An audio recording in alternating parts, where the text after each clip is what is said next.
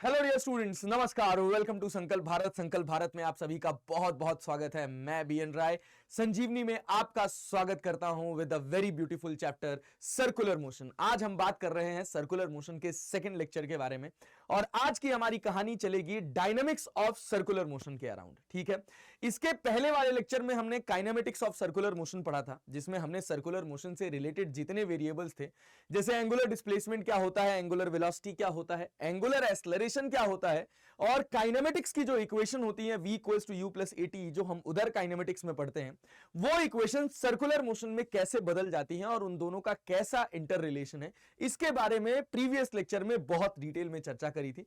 ठीक ठाक क्वेश्चंस भी लगाए थे। आज हम बढ़ेंगे इसी सर्कुलर मोशन के एक्सेलरेशन के बारे में। ठीक है, और फिर उस एक्सेलरेशन का, भाई जहां एक्सेलरेशन होगा तो बिना फोर्स के कभी एक्सेलरेशन नहीं आता, ऐसा न्यूटन ने कहा था, F equals to mass into acceleration.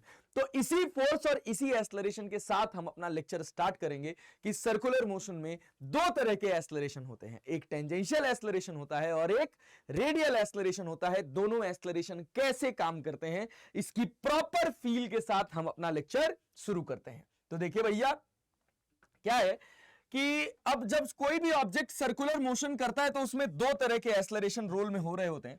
एक जो एक्सेलरेशन होता है रेडियल और एक एक्सेलरेशन होता है टेंजेंशियल एक्सेलरेशन। ये रेडियल एक्सेलरेशन और ये टेंजेंशियल एक्सेलरेशन कैसे रोल में आते हैं, पहले इसकी कहानी को बहुत अच्छे से समझते हैं। समझिए कि अगर मान लो आपके पास एक ब्लॉक है, ध्यान से देखना, अगर मान लो आपके पास ये एक ब्लॉक है, इस ब्लॉक के ऊपर आप एक F फोर्स इधर लगा रहे हो। ठीक है, अगर इस ब्लॉक जिसका मास m है, इसके ऊपर F फोर्स इधर लगा रहे हो, ये ऐसे सीधे चलता चला जाएगा भाई। ठीक है, ये F फोर्स इसको कैसा मोशन कराएगा, ये F फोर्स इसको ट्रांसलेशनल मोशन कराएगा, इसको एक लीनियर मोशन कराएगा। ठीक है, और इसके ऊपर जो नेट फोर्स होगा वो किसके बराबर होगा, वो मास इंटू नेट एक्सेलरेशन के बराबर होगा। मतलब यहां पर जो नेट एक्सेलरेशन होगा वो किसके बराबर होगा, वो बराबर होगा F नेट बाई m के। ठीक है, लेकिन अब ध्यान देना, अब यहां से सर्कुलर मोशन का थोड़ा थोड़ा फील आपको और अच्छे से आना स्टार्ट हो जाएगा कि अगर मान लीजिए कि आपके पास ये एक ब्लॉक है, इस ब्लॉक के ऊपर फोर्स लग रहा है, लेकिन अब ये फोर्स जो है ना, ये ऐसे लग रहा है भाई, और ये जो फोर्स है ये यहां से थीटा एंगल बना रहा है। हॉरिजॉन्टल से कितना एंगल बना रहा है, थीटा एंगल बना रहा है। सर अगर ये हॉरिजॉन्टल से थीटा एंगल बना रहा है तो क्या होगा, और ये बॉडी के ऊपर कंटिन्यूअसली लग रहा है, m मास की बॉडी है, तो इस f का एक कंपोनेंट बॉडी पर ऐसे लगेगा, that is f cos theta, और एक कंपोनेंट बॉडी पर ऐसे लगेगा, that is f sin theta. तो देखो f cos थीटा क्या कराएगा, f cos थीटा इस ब्लॉक को आगे की तरफ लेकर जाएगा। अरे ठीक है, लेकिन F sin थीटा क्या करेगा, F sin थीटा जैसे देखो ये बॉडी के ऊपर हमेशा ये F फोर्स ऐसे ही थीटा एंगल पर लग रहा है, तो क्या होगा भाई, अगर ये बॉडी फ्री टू रोटेट है, फ्री टू मूव है, तो ये बॉडी का ट्रेजेक्टरी क्या कुछ इस हिसाब से बनेगा।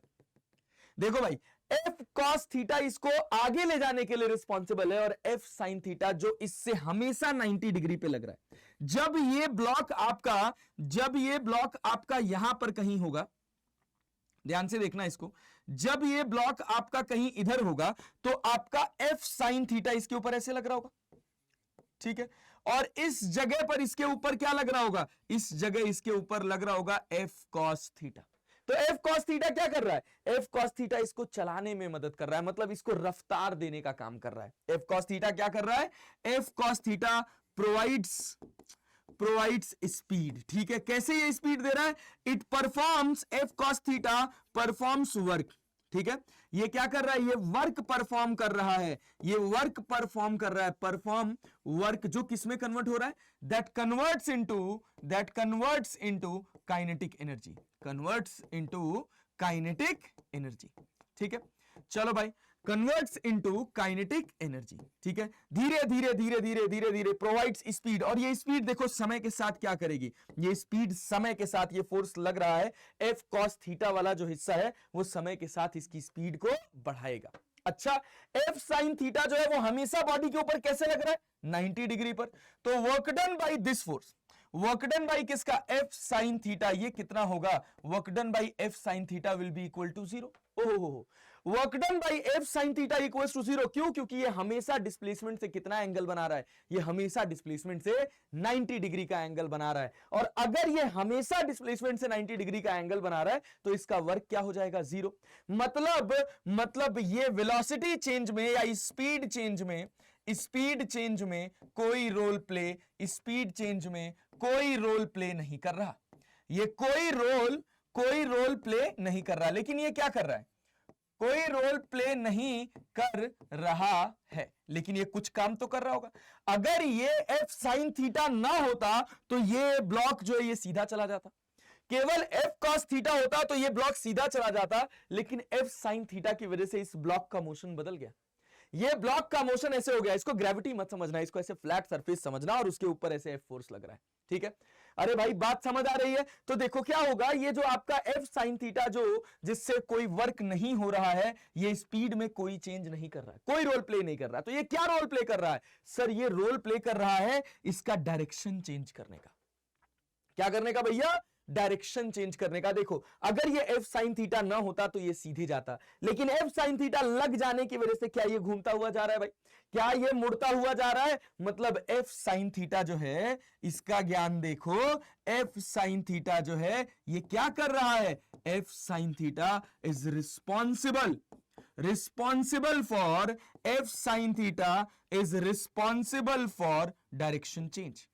F sine theta is responsible for direction change. मतलब इस बॉडी के ऊपर जो नेट एक्सेलरेशन लग रहा होगा, वो दो फोर्सेस की वजह से आ रहा होगा।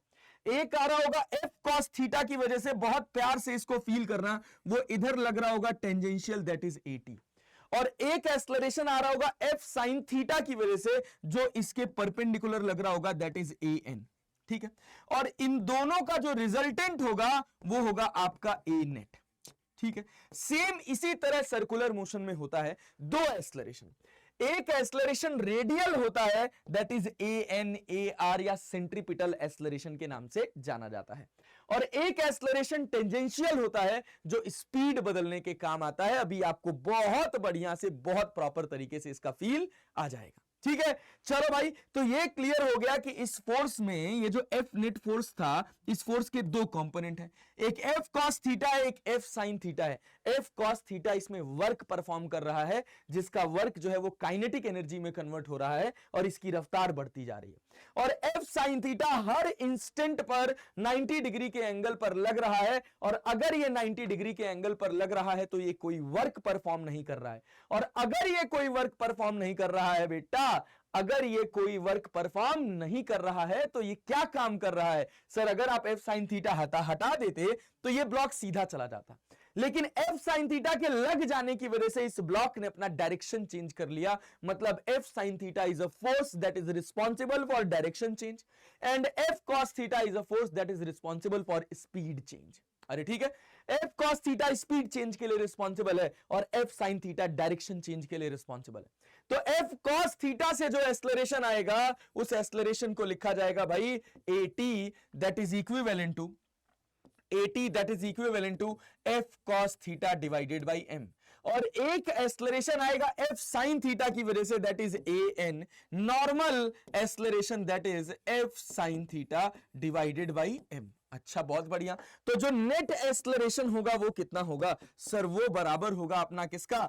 Eighty square plus A N square के। अच्छा, अगर मुझे इसका डायरेक्शन चाहिए होगा तो मैं लिखूंगा tan अल्फा। tan अल्फा कहां से डायरेक्शन चाहिए? इससे टेंजेंट से चाहिए, तो ये अपने पास हो जाएगा ए एन बाई एटी। ठीक है? Normal acceleration divided by tangential acceleration. और अगर आपको इस वाले नॉर्मल वाले से चाहिए तो ये हो जाएगा आपके पास कितना? ये हो जाएगा आपके पास 80 अपॉन ए एन। इतने बच्चे तो नहीं हो, इतनी सारी चीजें आपको तो, छोटी मोटी चीजें तो पता ही होंगी। आप सर्कुलर मोशन पढ़ रहे हैं, आप पूरा वेक्टर पढ़ के खत्म करके आ रहे हैं सर। ठीक है? तो ये देखो, ये कहानी है इंट्रोडक्शन की, किसके? रेडियल एक्सेलरेशन के और टेंजेंशियल एक्सेलरेशन के। अब समझो, अब जब सर्कुलर मोशन होगा, अब जब सर्कुलर मोशन की हम बात करेंगे तो भाई जब हम सर्कुलर मोशन की बात करते हैं तो सर्कुलर मोशन में क्या होता है बेटा? दो तरह के सर्कुलर मोशन होते हैं, एक यूनिफॉर्म सर्कुलर मोशन होता है और एक नॉन यूनिफॉर्म सर्कुलर मोशन होता है। अब कैटेगरी समझना, यूनिफॉर्म सर्कुलर मोशन और नॉन यूनिफॉर्म सर्कुलर मोशन की, तो उसके लिए आपको पहले फील होना चाहिए कि सर्कुलर मोशन क्या होता है। देखो भाई, अगर कोई ऑब्जेक्ट किसी सर्कुलर पाथ पर गोल गोल घूम रहा है तो इस तरह के मोशन को हम सर्कुलर मोशन कहते हैं। ये इसका सेंटर है, इस सेंटर से इस सर्कल का रेडियस r है, यहां पर एक ब्लॉक है जिसका मास है m।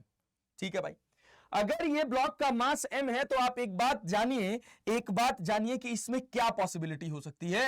एक पॉसिबिलिटी हो सकती है भाई कि इधर इसकी रफ्तार कांस्टेंट हो, और एक पॉसिबिलिटी हो सकती है कि इधर इसकी रफ्तार जो है वो क्या है, वेरिएबल हो। अच्छा, लेकिन अगर ये सर्कुलर मोशन कर रहा है, there must be a force that is responsible for direction change. समझना, एक फोर्स अवश्य चाहिए। अगर कोई भी ऑब्जेक्ट सर्कुलर मोशन कर रहा है तो एक फोर्स अवश्य चाहिए, एफ साइन थीटा अवश्य चाहिए, जो हर क्षण इसका डायरेक्शन बदल दे। जब ये ब्लॉक यहां था, जब ये बॉल यहां पर थी, जब ये बॉल इस पाथ पर यहां पहुंची, अगर मान लो इसकी रफ्तार यहां पर v है, तो क्या भैया इसका डायरेक्शन तो चेंज हुआ ना, और डायरेक्शन चेंज होने का मतलब वेलोसिटी चेंज हुआ, और वेलोसिटी चेंज हुआ तो कम से कम एक एक्सेलरेशन तो रहेगा ही रहेगा। ठीक है, जो किस लिए रिस्पॉन्सिबल होगा, जो केवल डायरेक्शन चेंज के लिए रिस्पॉन्सिबल होगा, और उस एक्सेलरेशन का नाम रखा जाता है रेडियल एक्सेलरेशन। ठीक है, और एक एक्सेलरेशन हो सकता है जो इसकी रफ्तार को, जो इसकी स्पीड को चेंज करे। ठीक है, या तो घटाए या तो बढ़ाए, और उसको क्या कहा जाता है, उसको कहा जाता है टेंजेंशियल एक्सेलरेशन। दो तरह से इसमें पढ़ा जाएगा, एक रेडियल एक्सेलरेशन और एक टेंजेंशियल एक्सेलरेशन। इसका ज्ञान मैंने आपको यहां पर करा दिया कि यहां पर दो फोर्स है, एफ कॉस थीटा और दूसरा है F sine theta. F sine theta is just responsible for direction change, and if there is a circular motion, it must be sure कि ऑब्जेक्ट जो है वो अपनी डायरेक्शन कंटिन्यूअसली चेंज करेगा। रफ्तार भले ही चेंज करे चाहे ना करे, 10 मीटर पर सेकंड से कंटिन्यूअसली गोल गोल घूम सकता है, लेकिन भाई गोल गोल घूम रहा है तो 10 मीटर पर सेकंड की डायरेक्शन चेंज हो रही है, मतलब वेलोसिटी चेंज हो रही है, मतलब आपके पास एक एक्सेलरेशन तो मस्ट नीडेड है, दैट इज रेडियल एक्सेलरेशन। ठीक है, तो जब रेडियल एक्सेलरेशन की बात करी जाती है, जब रेडियल एक्सेलरेशन की बात करी जाती है भाई साहब, तो रेडियल एक्सेलरेशन क्या है? एक एक्सेलरेशन जो किधर लग रहा है, एक एक्सेलरेशन जो हमेशा किधर लग रहा है, हमेशा सेंटर की तरफ लग रहा है, दैट इज रेडियल एक्सेलरेशन।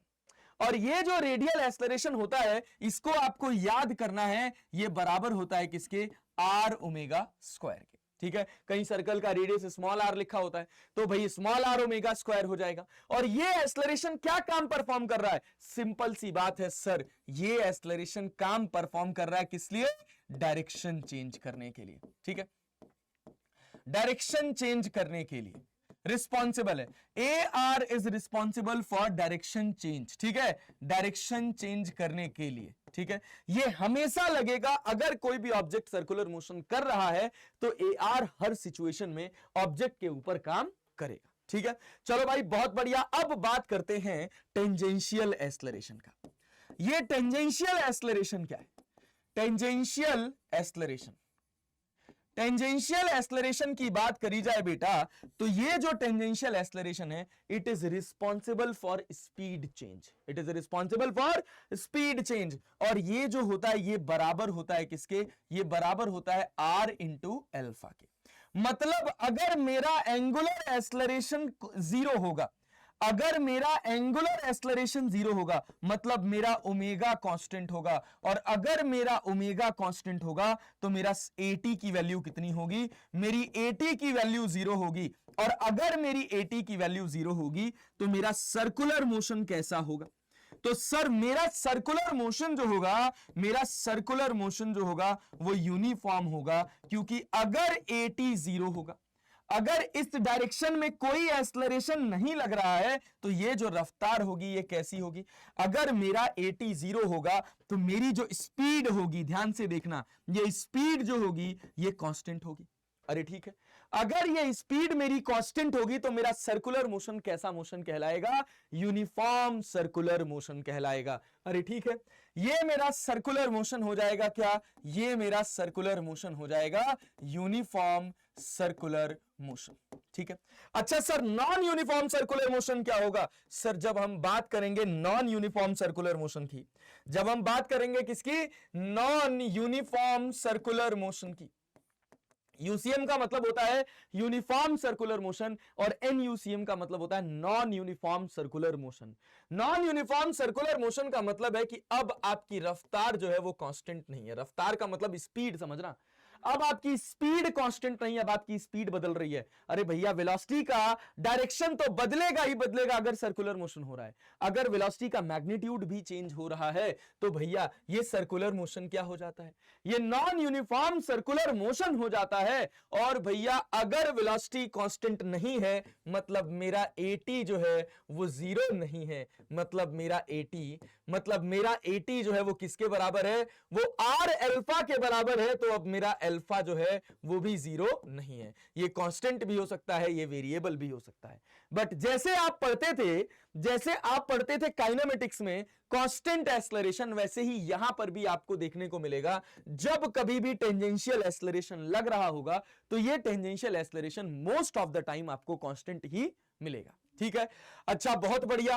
तो अगर मैं इसको थोड़ा और एक्सपेंड करने की कोशिश करूं, जैसे यूनिफॉर्म सर्कुलर मोशन और नॉन यूनिफॉर्म सर्कुलर मोशन में हमको इतनी क्लैरिटी आ गई कि अगर कोई ऑब्जेक्ट यूनिफॉर्म सर्कुलर मोशन कर रहा है मतलब उसके वेलोसिटी का बस केवल डायरेक्शन चेंज हो रहा है। और डायरेक्शन चेंज करने के लिए जो एक्सेलरेशन रिस्पॉन्सिबल है उसका नाम है रेडियल एक्सेलरेशन, दूसरा नाम है नॉर्मल एक्सेलरेशन, या एक और नाम कह सकते हैं उसका नाम है भाई साहब सेंट्रीपिटल एक्सेलरेशन। ठीक है, अच्छा अगर कोई ऑब्जेक्ट कांस्टेंट स्पीड से गोल गोल घूम रहा है मतलब उस वेलोसिटी का केवल डायरेक्शन चेंज हो रहा है, मतलब वहां पर बस केवल कौन सा एक्सेलरेशन लग रहा है? रेडियल एक्सेलरेशन लग रहा है। और सर्कुलर मोशन हमारा हो जा रहा है यूनिफॉर्म सर्कुलर मोशन। साथ में टेंजेंशियल एक्सेलरेशन अगर बॉडी के ऊपर लग रहा है भैया तो बॉडी का रफ्तार जो स्पीड होगा वो चेंज होगा, मतलब वेलोसिटी का मैग्नीट्यूड भी चेंज होगा अब और डायरेक्शन भी चेंज होगा अब, और तब हमारा सर्कुलर मोशन कहलाएगा नॉन यूनिफॉर्म सर्कुलर मोशन। ठीक है, चलिए बहुत बढ़िया, ये कहलाया नॉन यूनिफॉर्म सर्कुलर मोशन। तो अब देखो, अब मैं आपसे एक बात कहूं, in non uniform circular motion, in non uniform circular motion भैया क्या होगा? In non uniform circular motion की जब हम बात करेंगे तो हमको यह बात पता है कि हमारा AR क्या होगा? रेडियल एक्सेलरेशन क्या होगा? Radial acceleration will be equal to R into omega square, that is non zero. अच्छा, टेंजेंशियल एक्सेलरेशन क्या है? टेंजेंशियल एक्सेलरेशन है अपना R alpha, that is also non zero. Uniform circular motion में क्या होगा? अगर हम यूनिफॉर्म सर्कुलर मोशन की बात करें तो बस एक ही एक्सेलरेशन होगा AR, that is R omega square. ठीक है, AT equals to R into alpha नहीं होगा। R इंटू अल्फा की वैल्यू किसके बराबर हो जाएगी? R इंटू अल्फा की वैल्यू शून्य के बराबर हो जाएगी। ठीक है, चलो बहुत बढ़िया। अच्छा, इसी को अगर मैं नेट एक्सेलरेशन लिखूं, कहीं भी कोई ऑब्जेक्ट सर्कुलर मोशन में है, यूनिफॉर्म सर्कुलर मोशन में है या नॉन यूनिफॉर्म सर्कुलर मोशन में है, मैं लिखूं net acceleration equals to AR square plus AT square.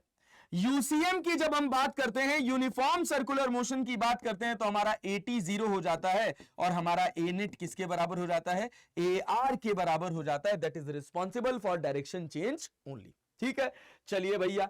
अच्छा, अगर मैं आपसे कहूं इन यूनिफॉर्म सर्कुलर मोशन, ध्यान से देखना, ये लाइन बहुत इंपॉर्टेंट है, बहुत प्यार से इसको समझना। अब मैं कह रहा हूं कि इन यूनिफॉर्म सर्कुलर मोशन क्या होता है भाई? इन यूनिफॉर्म सर्कुलर मोशन अगर मैं कहूं कि आपका A equals to dv by dt that is equal to zero, true और false? A equals to dv by dt, ठीक है, dv by dt equals to zero, true और फॉल्स। या मैं इसी के साथ एक और स्टेटमेंट लिख रहा हूं, A equals to dv vector by dt equals to zero. दोनों में से कौन सा सही है, कौन सा गलत है? अगर हम यूनिफॉर्म सर्कुलर मोशन की बात कर रहे हैं तो यहां हम क्या कर रहे हैं, rate of change of velocity with respect to time का magnitude. Rate of change of velocity का मतलब या तो उसमें डायरेक्शन चेंज हो रहा हो, या तो उसमें मैग्नीट्यूड चेंज हो रहा हो, या तो उसमें दोनों चेंज हो रहा हो। अरे बात समझ आ रही? तो हम मैक्सिमम पॉसिबिलिटी ये लेकर चलेंगे कि अगर हम rate of change of velocity की बात कर रहे हैं, मतलब ये जो होगा ये क्या होगा, ये मेरा नेट एक्सेलरेशन होगा।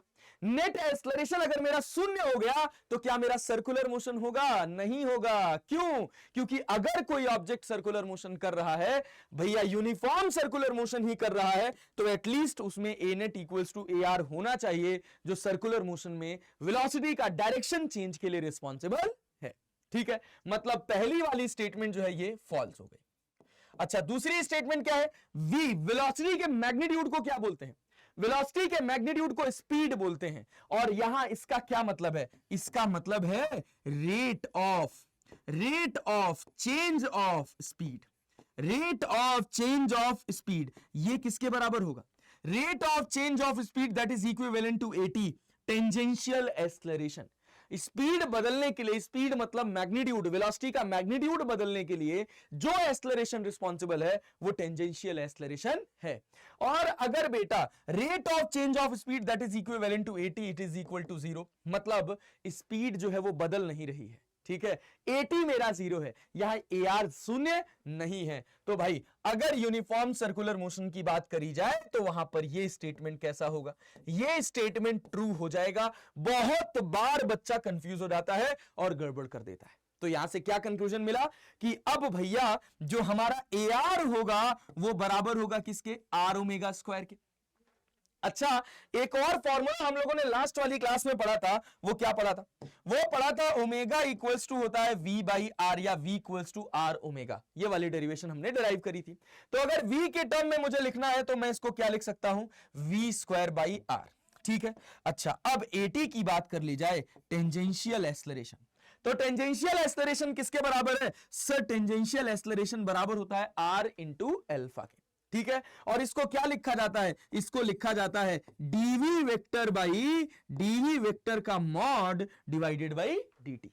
ठीक है, मतलब डीवी वेक्टर का मॉड लगाने का मतलब क्या? अब आप क्या देख रहे हो? Rate of change of speed. अरे ठीक है, तो 80 equals to R alpha that is DV vector by DT. इसको ऐसे फर्दर भी लिख दिया जाता है डीवी बाई डीटी। यहां वी किसका है? इंडिकेशन है। V is the indication of speed. बहुत बढ़िया, बहुत सिंपल सवाल है। ठीक है, चले कहानी को आगे लेकर, सर कहानी को आगे लेकर चले तो अब हमको यूनिफॉर्म सर्कुलर मोशन और नॉन यूनिफॉर्म सर्कुलर मोशन को लेकर ठीक ठाक क्लैरिटी आ गई है, और बची हुई क्लैरिटी धीरे धीरे आपको सवाल के साथ आ जाएगी। ठीक है, चलो बेटा आ जाओ। देखो, अब जब हमको नेट एक्सेलरेशन निकालना होगा किसी भी सर्कुलर मोशन में, जैसे ये एक सर्कुलर मोशन है, यहां पर ए आर लग रहा है, यहां पर ए टी लग रहा है, तो नेट एक्सेलरेशन तो यही होगा। तो ए नेट की वैल्यू अपने पास कितनी हो जाएगी? तो ए नेट की वैल्यू अपने पास हो जाएगी यहां पर कितनी? ए नेट की वैल्यू हो जाएगी under root of A R square plus A T square. ठीक है, A net will be equal to under root of A R square plus A T square. अच्छा, दूसरी बात आती है कि भैया आप ये देखो कि ये आपका ए नेट कितने एंगल पर लग रहा है। तो tan अल्फा लिखने के लिए सिंपल, ये सब वेक्टर है, तो tan अल्फा हो जाएगा perpendicular upon base that is 80 by A R. तो इससे हम नेट एक्सेलरेशन का मैग्नीट्यूड भी निकाल सकते हैं और नेट एक्सेलरेशन का डायरेक्शन भी निकाल सकते हैं। ठीक है, चलिए बहुत बढ़िया। अगर मेरा 80 का वैल्यू 0 है तो मुझे क्लियर है कि मेरा मोशन यूनिफॉर्म सर्कुलर होगा, और तब मेरा ए नेट ए आर के बराबर होगा। और तब देखो tan alpha that is 80 by A R, 80 की वैल्यू शून्य हो गई। 80 की वैल्यू कितनी हो गई? शून्य हो गई। तो हमारा अल्फा कितना हो जाएगा? सर अल्फा हमारा 0 डिग्री हो जाएगा। मतलब अब जो रेडियल एक्सेलरेशन का डायरेक्शन होगा या नेट एक्सेलरेशन का डायरेक्शन होगा वो टुवर्ड्स सेंटर होगा। ठीक है, अब धीरे धीरे अपनी कहानी को आगे बढ़ाते हैं और चलते हैं एक क्वेश्चन की तरफ। बहुत ही सिंपल, बहुत ही बढ़िया क्वेश्चन। देखिए, ये क्वेश्चन कह रहा है, ये जेईई मेंस का क्वेश्चन है। ये जेईई मेंस का क्वेश्चन है, जल्दी ही पूछा गया था, 2020 या 2021 का क्वेश्चन है ये। ठीक है, इस क्वेश्चन में क्या कह रहा है कि for a particle in uniform circular motion, for a particle in uniform circular motion. जैसे ही हमको यूनिफॉर्म सर्कुलर मोशन दिखा, हम तुरंत क्या कह दिए कि हमारा at इक्वल्स टू क्या है, 0 है। ठीक है, the acceleration a at point P r comma theta on the circle of radius r is, here theta is measured from the x axis। समझना कि ये आपके पास एक कोई सर्कुलर पाथ है जिसका रेडियस कितना है, जिसका रेडियस है r, और भैया यहां ये इसकी रेफरेंस लाइन है, इसकी रेफरेंस लाइन से, ठीक है, ओहो हाँ भाई देखो, ये इसका सेंटर है, ये इसका रेडियस है r, और ये हॉरिजॉन्टल वाली लाइन इसकी रेफरेंस लाइन है। यहां से थीटा एंगल पर एक कोई पॉइंट है P, ठीक है, या एक कोई पार्टिकल है, जो भी है, पॉइंट है P on the circle of radius r, मतलब at इक्वल्स टू 0 है, क्योंकि अपना मोशन कैसा है, यूनिफॉर्म सर्कुलर मोशन है। दैट मींस एक ही एक्सेलरेशन लग रहा है, वो कौन सा है, रेडियल एक्सेलरेशन। अच्छा, यहां पर फॉर्मूला किसके टर्म में लिखा हुआ है, v और r के टर्म में लिखा हुआ है, तो अपन जानते हैं क्या होता है, v square by r। Simple सी बात है सर। ये आपका आई कैप हो गया, और ये आपका कौन सा कैप हो गया, वाई एक्सिस का, मतलब जे कैप हो गया। अच्छा, जो रेडियल एक्सेलरेशन लग रहा है वो इधर लग रहा है आपका कितना, ये इधर लग रहा है आपका ए आर। तो अगर आप यहां पर ऐसे डिफाइन करोगे, ये आई कैप और ये क्या, ये जे कैप, तो ये एंगल कितना होगा, ये थीटा है तो ये थीटा है, तो ए आर का जो कंपोनेंट इधर जाएगा वो जाएगा ए आर कॉस थीटा। मतलब अगर मैं नेट एक्सेलरेशन लिखूं तो मैं उसको लिख सकता हूं क्या, A R cos theta of I cap की माइनस आई कैप, तो सर माइनस आई कैप। ठीक है, अच्छा, जो कंपोनेंट इधर जाएगा वो कितना जाएगा, वो जाएगा minus A R sine theta of J cap, क्योंकि ये नेगेटिव वाई एक्सिस में जा रहा है। अगर आप ए आर को देखें तो ये नेगेटिव वाई एक्सिस में जा रहा है, तो ये minus A R sine theta of J cap हो जाएगा। ठीक है, चलो भाई बहुत बढ़िया, ये आपके पास हो गया नेट एक्सेलरेशन। ठीक है, अब यहां से ए आर की वैल्यू किसके बराबर है, V square by are cos theta of I cap minus V square by R sine theta of J cap. तो आपके हिसाब से कौन सा आंसर सही हो जाएगा बेटा जी, तो हमको क्रिस्टल क्लियर दिख गया कि हमारा जो आंसर सही होगा वो डी वाला आंसर सही हो जाएगा। ठीक है, चले कहानी को आगे बढ़ाए भैया, धीरे धीरे अब आगे चलते हैं, कहानी को थोड़ा और आगे बढ़ाते हैं और समझते हैं आगे की स्टोरी, आगे के एक दो और सवाल। जैसे आपके पास एक सवाल दे रखा है, क्या दे रखा है, a particle moves in a circle of radius r equals to 1 metre. Radius r equals to आपको दे रखा है 1 मीटर। ध्यान से देखिएगा, its linear speed at any time is given as 4t। मतलब समय के साथ इसकी रफ्तार बदल रही है, मतलब क्या टेंजेंशियल एक्सेलरेशन 0 होगा।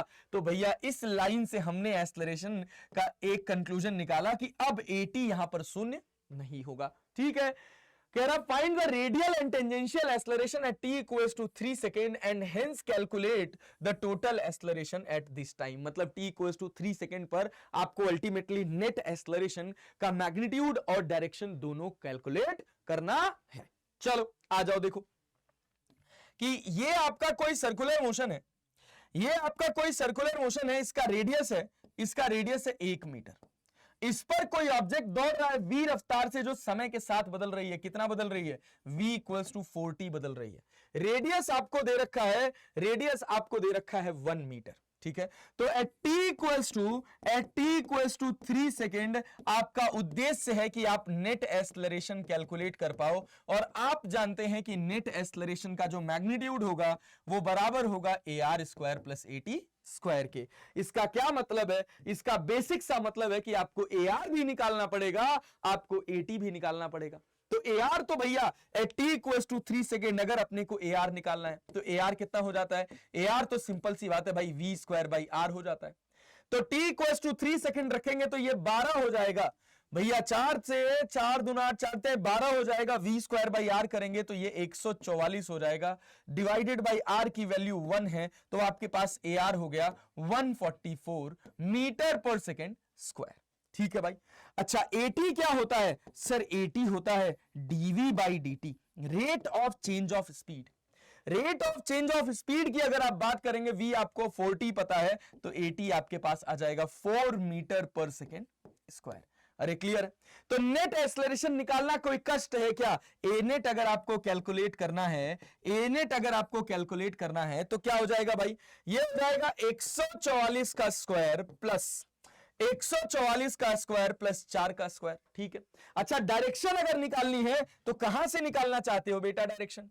देखो, इस पॉइंट पर इधर लगेगा AT, इधर लगेगा AR, और इन दोनों का जो रिजल्टेंट होगा वो कुछ ऐसा होगा। और ये एंगल अगर अल्फा लिखोगे तो tan अल्फा तुम्हारे पास आ जाएगा कितना? AT by AR। ठीक है, AT बाई AR।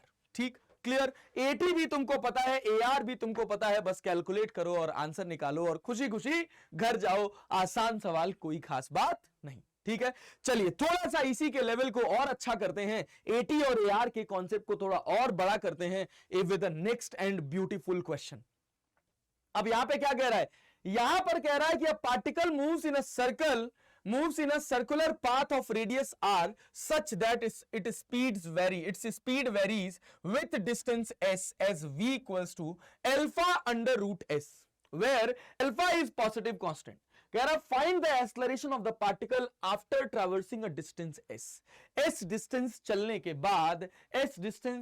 बाद, उस सर्कुलर आर्क पर s डिस्टेंस चलने के बाद आपको निकालना है कि उसका एक्सेलरेशन क्या होगा। मतलब आपको अगर ध्यान से दिखे तो मुझे दिख रहा है कि मेरी रफ्तार कांस्टेंट नहीं है, और अगर रफ्तार कांस्टेंट नहीं है तो मेरा AT जो होगा वो 0 नहीं होगा, और मेरा circular motion non uniform circular motion होगा। तो AT इक्वल्स टू क्या होता है? AT इक्वल्स टू होता है dv बाई dt। अच्छा भाई, बहुत बढ़िया। तो d by dt of v की वैल्यू कितनी दे रखी है? Alpha root s। ठीक है, अगर इसको अपन डिफरेंशिएट करेंगे तो क्या मिलेगा भैया? अल्फा कांस्टेंट है, रूट s का कितना हो जाएगा? 1/2। ठीक है, और s की पावर कितना? s की पावर -1/2। ठीक है, मल्टीप्लाइड बाई कितना? ds by dt। और ds बाई dt किसके बराबर है? ds बाई dt v के बराबर है भाई। तो यहां से अपने को मिल गया ये अल्फा बाई 1/2 रूट s। ठीक है, into ds by dt that is v, तो alpha 1/2 root s multiplied by alpha root s। तो रूट s से रूट s कट जाएगा, ये आपके पास हो जाएगा alpha square by 2 that is 80। वाह वाह वाह, 80 कितना आ गया? 80 आ गया आपके पास alpha square by 2 that is constant. अगर आप ध्यान से देखिए तो टेंजेंशियल एक्सेलरेशन आपको कांस्टेंट मिला, और वो क्या मिला? वो मिला अल्फा स्क्वायर बाई 2। अच्छा भाई, सर्कुलर मोशन हो रहा है तो रेडियल एक्सेलरेशन तो होगा ही होगा, और इस रेडियल एक्सेलरेशन की वैल्यू होती है v स्क्वायर बाई r। ठीक है भाई, v की वैल्यू कितनी है? That is alpha square s by r। ठीक है, चलो भाई, अल्फा रूट s का स्क्वायर करेंगे तो अल्फा स्क्वायर हो जाएगा, और ये रूट s हो जाएगा डिवाइडेड बाई r। और अब हमको नेट एक्सेलरेशन चाहिए। तो जब नेट एक्सेलरेशन चाहिए तो नेट एक्सेलरेशन में हम क्या करेंगे? That is AR square plus AT square. लो भाई, तो अब AR की वैल्यू कितनी है? AR की वैल्यू है अपने पास, AR की वैल्यू है alpha square s by r। तो इसका स्क्वायर करेंगे तो अल्फा की power 4 s square divided by r square. और AT आपके पास कितना है? AT आपके पास हो जाएगा alpha square by alpha square का होल स्क्वायर, तो मतलब कितना? अल्फा की पावर 4/4। अब यहां से अल्फा की पावर 4 को रूट के बाहर करेंगे तो अल्फा स्क्वायर हो जाएगा, और यहां पर क्या बचेगा? यहां पर बचेगा अपने पास s square upon r square plus 1/4। ये आपका आंसर हो जाएगा, दैट इज ए नेट का मैग्नीट्यूड। अच्छा, अगर आपको ए नेट का डायरेक्शन चाहिए कि नेट एक्सेलरेशन किधर लगेगा, तो भैया जो डायरेक्शन मेजर की जाती है वो रेडियस से मेजर की जाती है। तो ए नेट का डायरेक्शन निकालने के लिए हम क्या लिखेंगे? ए नेट का डायरेक्शन निकालने के लिए हम क्या लिखेंगे सर? tan alpha. ठीक है, क्या लिख देंगे भैया? क्या लिख देंगे भैया? tan alpha. ये क्या आ रहा है जी? क्या हो गया इसको? ठीक है, चलो भाई देखो, tan अल्फा लिखोगे और ये tan अल्फा बराबर होगा तुम्हारा AT बाई AR के। tan अल्फा किसके बराबर होगा? tan alpha will be equivalent to AT by AR। AT की वैल्यू कितनी पता है? AT की वैल्यू तुमको पता भैया अल्फा स्क्वायर बाई 2, और AR की वैल्यू कितनी पता है? That is alpha square S by R। Alpha square से अल्फा स्क्वायर कट जाएगा और ये अपने पास कितना हो जाएगा r/2s that is tan alpha. तो alpha will be equal to tan inverse r/2s। अच्छा, आपको ख्याल आ रहा होगा अगर मास्टर डायग्राम बना के ये क्वेश्चन में अल्फा दिखा देता तो हमको बड़ी संतुष्टि मिल जाती। तो भैया मुझे लगा कि तुम्हारी ऐसी इच्छा है तो मैं कह रहा हूं लो भाई बना के दिखाई देता हूं। देखो ये तुम्हारे पास एक सर्कुलर पाथ है जिसका रेडियस कितना है, जिसका रेडियस है आपके पास r भाई, ठीक है। इसकी जो रफ्तार है वो बदल रही है, कैसे बदल रही है, वो बदल रही है अल्फा√s से। अब यहां पर दो एक्सेलरेशन लग रहा है बेटा जी, दो एक्सेलरेशन कौन कौन सा लग रहा है, एक एक्सेलरेशन लग रहा है इधर की तरफ दैट इज ar और एक एक्सेलरेशन इधर की तरफ लग रहा है at। तो देखो यहां से ऐसे ड्रॉ करोगे तो ये तुम्हारे पास हो जाएगा a नेट और ये जो एंगल होगा ये तुम्हारे पास एंगल हो जाएगा अल्फा। तो tan अल्फा की वैल्यू तुम्हारे पास आ जाएगी at/ar। AT की वैल्यू अपने पास निकल कर आई है अल्फा स्क्वायर बाई 2 और AR की वैल्यू अपने पास निकल कर आई है कितनी, AR की वैल्यू अपने पास निकल कर आई है भाई साहब, AR की वैल्यू अपने पास निकल कर आई है अल्फा स्क्वायर s/r। खत्म। ये आपके पास एक सवाल हो गया। इसी तरह के टाइम पास सवाल आपसे पूछे जाएंगे जहां पर आपको ध्यान देना होगा कि मेरा सर्कुलर मोशन यूनिफॉर्म है कि नहीं है। अगर नहीं है तो आपको AT को कैलकुलेट करना पड़ेगा और AR जो होता है वो हमेशा v²/r या r ओमेगा स्क्वायर के बराबर होता है। AT कई बार r अल्फा यूज होगा जब एंगुलर एक्सेलरेशन दिया होगा, कई बार AT जो होगा वो आपका dv/dt यूज होगा। तो इसका बहुत सावधानी से ध्यान रखिएगा, बहुत अच्छे से ख्याल रखकर क्वेश्चन को अप्रोच करिएगा, ठीक है। बढ़िया सवाल होते हैं, आसान सवाल होते हैं। अगर बच्चा बैठ के 60 70 80 क्वेश्चंस प्रैक्टिस कर ले सर्कुलर मोशन का तो लगभग उसका जेईई मेंस में 4 नंबर का पोर्शन सॉलिड हो जाता है, ठीक है। चले कहानी को आगे लेकर चले, आओ बेटा कहानी को आगे बढ़ाते हैं। और अब एक नया गेम शुरू होता है that is known as radius of curvature. Radius of curvature समझेंगे कि रेडियस ऑफ कर्वेचर क्या होता है, what is radius of curvature. तो देखो भाई मैं कह रहा हूं कि अगर अपने पास इस तरह का कोई एक सर्कुलर मोशन है, मतलब ऐसे कोई आर्क पर मोशन है, मैं कह रहा हूं भैया कि ये छोटा सा हिस्सा जो है इसका, ये छोटा सा हिस्सा जो है इसका, इस पूरे पाथ का ये छोटा सा हिस्सा it will behave like the arc of circle. और अगर ये आर्क ऑफ सर्कल की तरह बिहेव करेगा, अगर ये आर्क ऑफ सर्कल की तरह बिहेव करेगा तो भाई इसका कुछ ना कुछ अपना रेडियस ऑफ कर्वेचर होगा, ठीक है। अगर मैं बात करूं इसके रेडियस ऑफ कर्वेचर की तो इसका रेडियस ऑफ कर्वेचर क्या होगा, देखो भाई ये हो गया। अच्छा ठीक है, अच्छा अगर मैं बात करूं इस छोटे से सेगमेंट का तो इस छोटे से सेगमेंट का रेडियस ऑफ कर्वेचर क्या होगा, तो सर इस छोटे से सेगमेंट का अगर आपको रेडियस ऑफ कर्वेचर निकालना है तो ऐसा बनेगा, ठीक है। अगर आप इस सेगमेंट की बात कर ले, मान लीजिए इस सेगमेंट की बात कर रहे हैं, यहां पर आपको रेडियस ऑफ कर्वेचर देखना है तो ये आपका रेडियस ऑफ कर्वेचर कुछ इस हिसाब से होगा। देखो अब देखो क्या है कि ये जो सर्कल बना रहा है, ये छोटा सा आर्क जो सर्कल बना रहा है, इस सर्कल का जो रेडियस बनता है इसी को बोला जाता है रेडियस ऑफ कर्वेचर, ठीक है। ये जो छोटा सा सर्कल है, इस छोटे से सर्कल का आर रेडियस ऑफ कर्वेचर कहलाएगा। इसका जो रेडियस, इस छोटे से आर्क का जो रेडियस होगा वो रेडियस ऑफ कर्वेचर कहलाएगा। तो रेडियस ऑफ कर्वेचर हमको क्या देता है, क्या ज्ञान देता है, रेडियस ऑफ कर्वेचर हमको ज्ञान देता है भैया सेंस ऑफ टर्निंग। किसका ज्ञान देता है, सेंस ऑफ टर्निंग, ठीक है। जितना बड़ा रेडियस ऑफ कर्वेचर होगा, जितना बड़ा रेडियस ऑफ कर्वेचर होगा वहां पर कर्व उतना छोटा होगा, ठीक है। यहां देखो, यहां पर रेडियस ऑफ कर्वेचर बड़ा है, कर्व छोटा है, ठीक है। यहां पर देखो कर्व बहुत ज्यादा है, मतलब यहां पे रेडियस ऑफ कर्वेचर कम होगा, ठीक है। कोई भी अभी जब बैंकिंग ऑफ रोड पढ़ेंगे तो वहां पर आपको रेडियस ऑफ कर्वेचर का ज्यादा अच्छा ज्ञान होगा, ठीक है।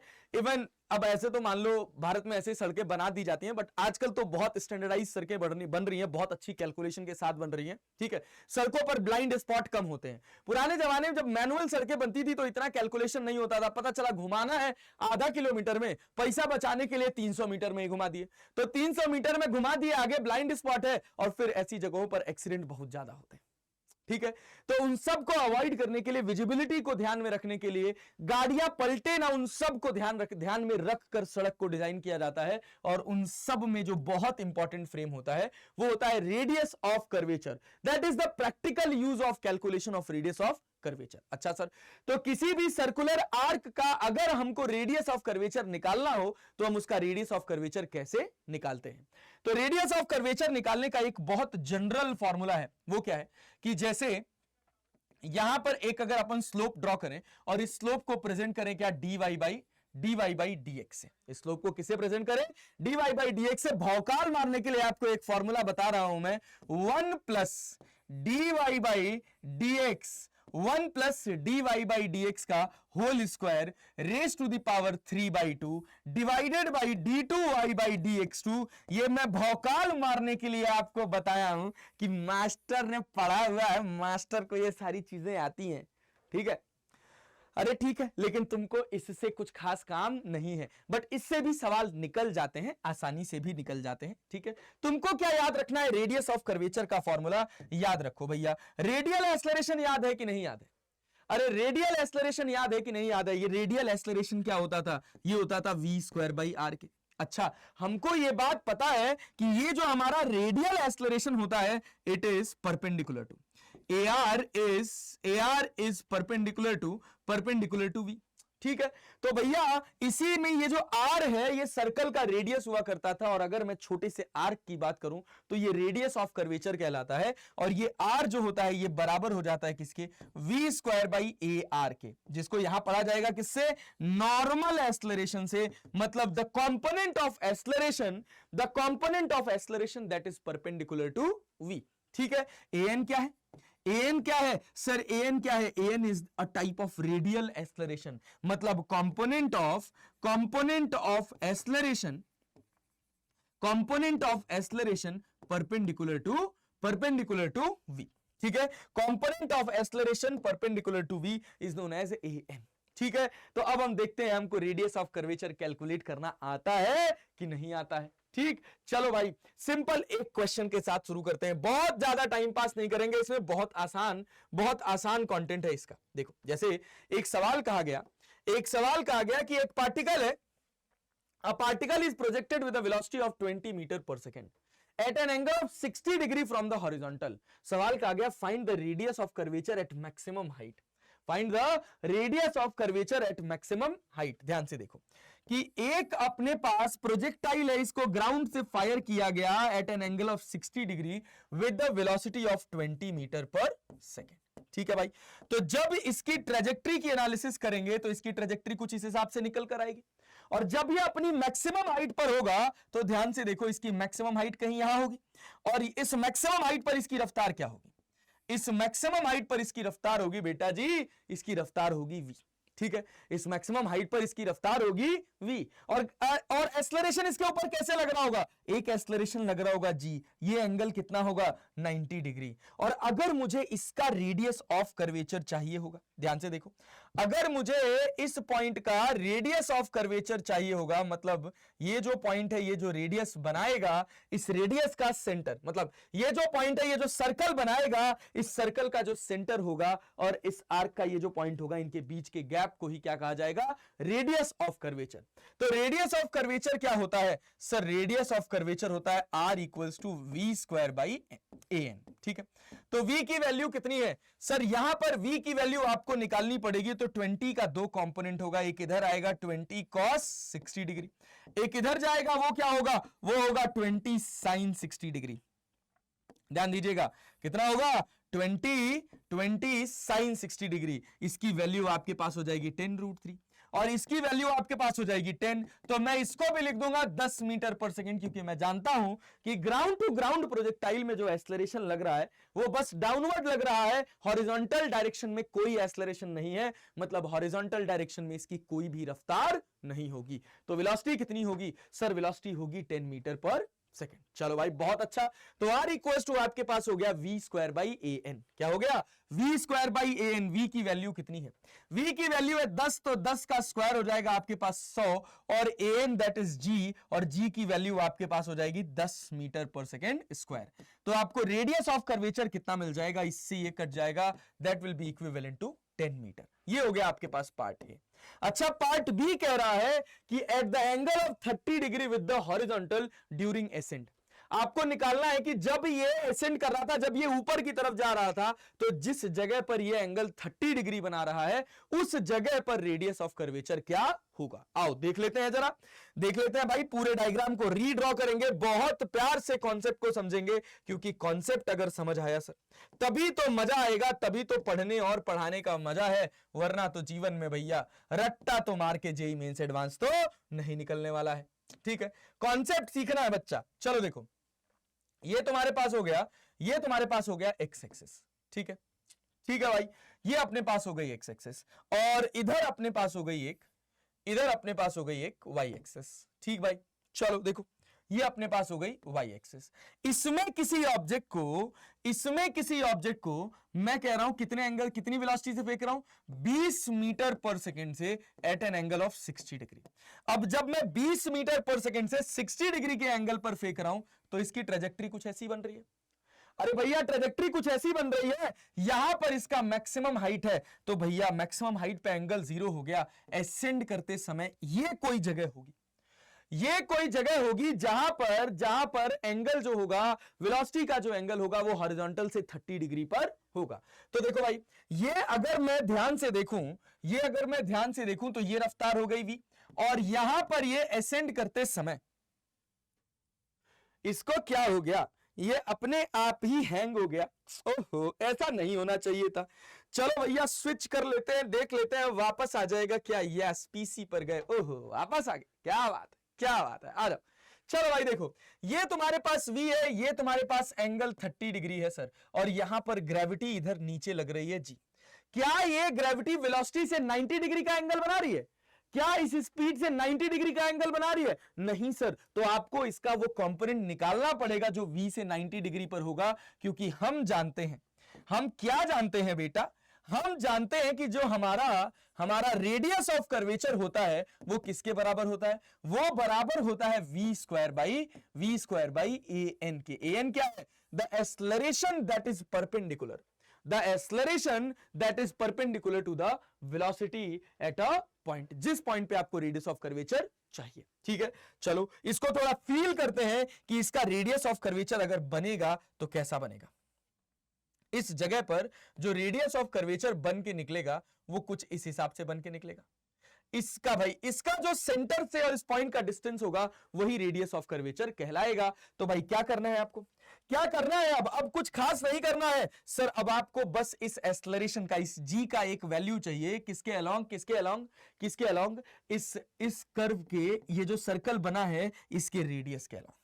इसके अलोंग भैया, इसके रेडियस के अलोंग। देखो इसके रेडियस के अलोंग, ठीक है, इसका कहीं सेंटर यहां होगा, इसके रेडियस के अलोंग एक्सेलरेशन मिल जाएगा, तो ऑब्वियस सी बात है वो इस v के परपेंडिकुलर हो जाएगा। मतलब आप ये कह सकते हैं कि भाई एक एक्सिस अपन बना ले v के परपेंडिकुलर, और एक एक्सिस अपन बना ले v के अलोंग। ठीक है भाई, दो एक्सिस हो गई अपने पास, एक v के अलोंग हो गई और एक v के परपेंडिकुलर हो गई। अब इस g का मैं दो कंपोनेंट तोड़ दूं, देखो ये 30 डिग्री है, ये 60 डिग्री है, ये 30 डिग्री हो जाएगा। भाई क्यों भाई, क्यों भाई, ये भी पूरा 90 है, ये भी पूरा 90 है, ये 30 है, ये 60 है। अब देखो ये पूरा 90 डिग्री है, तो ये तुम्हारा 60 हो गया, तो ये 30 हो जाएगा। तो इधर जो एक्सेलरेशन आएगा वो आएगा g cos 30 डिग्री। ठीक है, कितना आएगा बेटा, कितना आएगा? g cos 30 डिग्री, और इसका जो एक्सेलरेशन इधर जाएगा वो जाएगा g sin 30 डिग्री। तो यहां पर जो कर्व है, इस कर्व के लिए कौन रिस्पॉन्सिबल है? g cos 30 डिग्री की g sin 30 डिग्री। ध्यान से देखना sir, g cos 30 is responsible for ये घुमाव, and g sin 30 degree is responsible for decrease in its velocity. यहां पर वेलोसिटी मैक्सिमम होगी, देखो यहां पर वेलोसिटी मैक्सिमम होगी, जैसे जैसे ऊपर जाएगा इसकी वेलोसिटी घटती जाएगी, घटती जा रही है। इसकी वेलोसिटी को घटाने के लिए कौन रिस्पॉन्सिबल है? इसकी वेलोसिटी को घटाने के लिए g sin 30 रिस्पॉन्सिबल है। मतलब अगर ये हर पॉइंट पर एक सर्कल का आर्क बन रहा है अलग अलग रेडियस के, तो भैया हर पॉइंट पर, उस हर पॉइंट पर जो एक्सेलरेशन होगा वो कितना होगा? जैसे जैसे थीटा बदलता जाएगा ये g sin थीटा बदलता जाएगा। यहां के बाद g sin थीटा इधर आ जाएगा, और अब वो फिर से इसकी वेलोसिटी को बढ़ाना स्टार्ट कर देगा, और हर इंस्टेंट पर जो g cos थीटा होगा वो क्या करेगा? वो इसकी वेलोसिटी का डायरेक्शन चेंज करने का काम करेगा। इसी वजह से हमको ये पैराबोलिक ट्रेजेक्टरी मिल जाती है। क्या फील आया? अगर फील आया तो यहां पर रेडियस ऑफ कर्वेचर कैलकुलेट करना अब कोई खास बात नहीं रहेगी। v की वैल्यू अपनी कितनी हो जाएगी? अगर हम v निकाल पाए तो हमारा काम बन जाएगा सर। और v कैलकुलेट करना तो सर ये तो बेसिक सा कॉन्सेप्ट है यार प्रोजेक्टाइल मोशन का। कैसे सर? ये भी अगर तुम पूछ लो कैसे तो चलो पानी में नाक रगड़ के मर जाना चाहिए डूब के भाई साहब। कोई हेजिटेशन कोई चिंता नहीं। पागल हो, मजाक कर रहा था मैं, ऐसा मत करना। ये देखो ये 20 मीटर पर सेकेंड, इधर इसका एक कंपोनेंट आ जाएगा वो हो जाएगा 20 cos 60 डिग्री, और एक कंपोनेंट इधर चला जाएगा वो हो जाएगा 20 sin 60 डिग्री। 20 cos 60 की वैल्यू कितनी हो जाएगी? 20 cos 60 की वैल्यू हो जाएगी तुम्हारे पास 20 cos 60 की वैल्यू हो जाएगी 1/2 और ये हो जाएगा 10 मीटर पर सेकेंड। अच्छा, तो 20 sin 60 कितना हो जाएगा? sin 60 √3/2 हो जाएगा, तो ये हो जाएगा 10 √3 मीटर पर सेकेंड। और हम जानते हैं इसका कौन सा कंपोनेंट चेंज नहीं होता है सर? हॉरिजॉन्टल चेंज नहीं होता है। तो इस v का जो कंपोनेंट इसके अलोंग आएगा वो होगा v cos 30 डिग्री। ठीक है, और v cos 30 किसके बराबर होगा sir? v cos 30 will be equivalent to 10 metre पर सेकेंड। cos 30 की वैल्यू √3/2, तो v जो होगा वो आपके पास हो जाएगा 10 × 2 डिवाइडेड बाई √3। और एन अपने को पता चल गया कितना? g cos 30 degree. cos 30 degree की वैल्यू होती है √3/2, तो ये अपने पास हो जाएगा √3g/2। अब जब हम r निकालने चलेंगे तो v की जगह लिख देंगे 10 × 2 × 10 × 2 डिवाइडेड बाई √3 × √3। अरे भाई v स्क्वायर हो रहा है ना, और an कितना है? an है भैया √3, g का मतलब 10 डिवाइडेड बाई 2। इस √3 से ये √3 कट जाएगा क्या? नहीं भैया, इस √3 से ये √3 नहीं कटेगा। क्या होगा? इस 10 से ये 10 कट जाएगा, और भाई और ये 2 ऊपर चला जाएगा। 10 दूना 20, 20 दूना 40, 40 दूना 80, ये आपके पास 80 हो जाएगा डिवाइडेड बाई 3 √3 हो जाएगा मीटर। ये आपका आंसर हो जाएगा, that is r। It is equal to 80/3 √3। ठीक है, चले कहानी को आगे बढ़ाएं। कहानी को आगे बढ़ाएं। क्वेश्चन क्या समझ आया? क्या क्वेश्चन का फील आया? क्या रेडियस ऑफ कर्वेचर निकालना समझ आया? आपको कुछ नहीं करना है, जिस जगह भी रेडियस ऑफ कर्वेचर निकालना है उस जगह देखो कि एक्सेलरेशन कितना लग रहा है। फिर रेडियस ऑफ कर्वेचर पर जिस पॉइंट पर निकालना है उस पर टेंजेंट ड्रॉ करो, उस टेंजेंट पर देखो रफ्तार क्या है। ठीक है, अब जो आपका एक्सेलरेशन लग रहा है उस एक्सेलरेशन का वो हिस्सा देखना है जो उस रफ्तार से 90 डिग्री का एंगल बना रहा है, क्योंकि हम जानते हैं radius of curvature equals to v²/an। ठीक है, इतना पढ़ लेंगे आपका पूरा रेडियस ऑफ कर्वेचर का कॉन्सेप्ट क्लियर हो जाएगा। रेडियस ऑफ कर्वेचर के कॉन्सेप्ट पर एक बहुत ही पॉपुलर क्वेश्चन है। ठीक है, और वो क्वेश्चन क्या है आइए देखते हैं सर। वो क्वेश्चन है कि अगर किसी ऑब्जेक्ट को हम प्रोजेक्टाइल पे फायर करते हैं, मान लीजिए इसको v वेलोसिटी से थीटा एंगल पर फायर किया जाता है, तो आपसे सवाल पूछा जाएगा कि भाई बताओ इसका रेडियस ऑफ कर्वेचर क्या होगा जब ये कितना एंगल बनाएगा? जब ये कुछ θ/2 एंगल बनाएगा एसेंड करते समय। जब ये h हाइट की तरफ जा रहा होगा, जिस जगह पर ये θ/2 एंगल बनाएगा उस जगह पर इसका रेडियस ऑफ कर्वेचर क्या होगा? It is a very popular question from Irodov, from HC Verma, from Cengage. हर किताब में ये सवाल लिखा होता है और लगभग हर इंस्टीट्यूट के मॉड्यूल में ये सवाल होता है।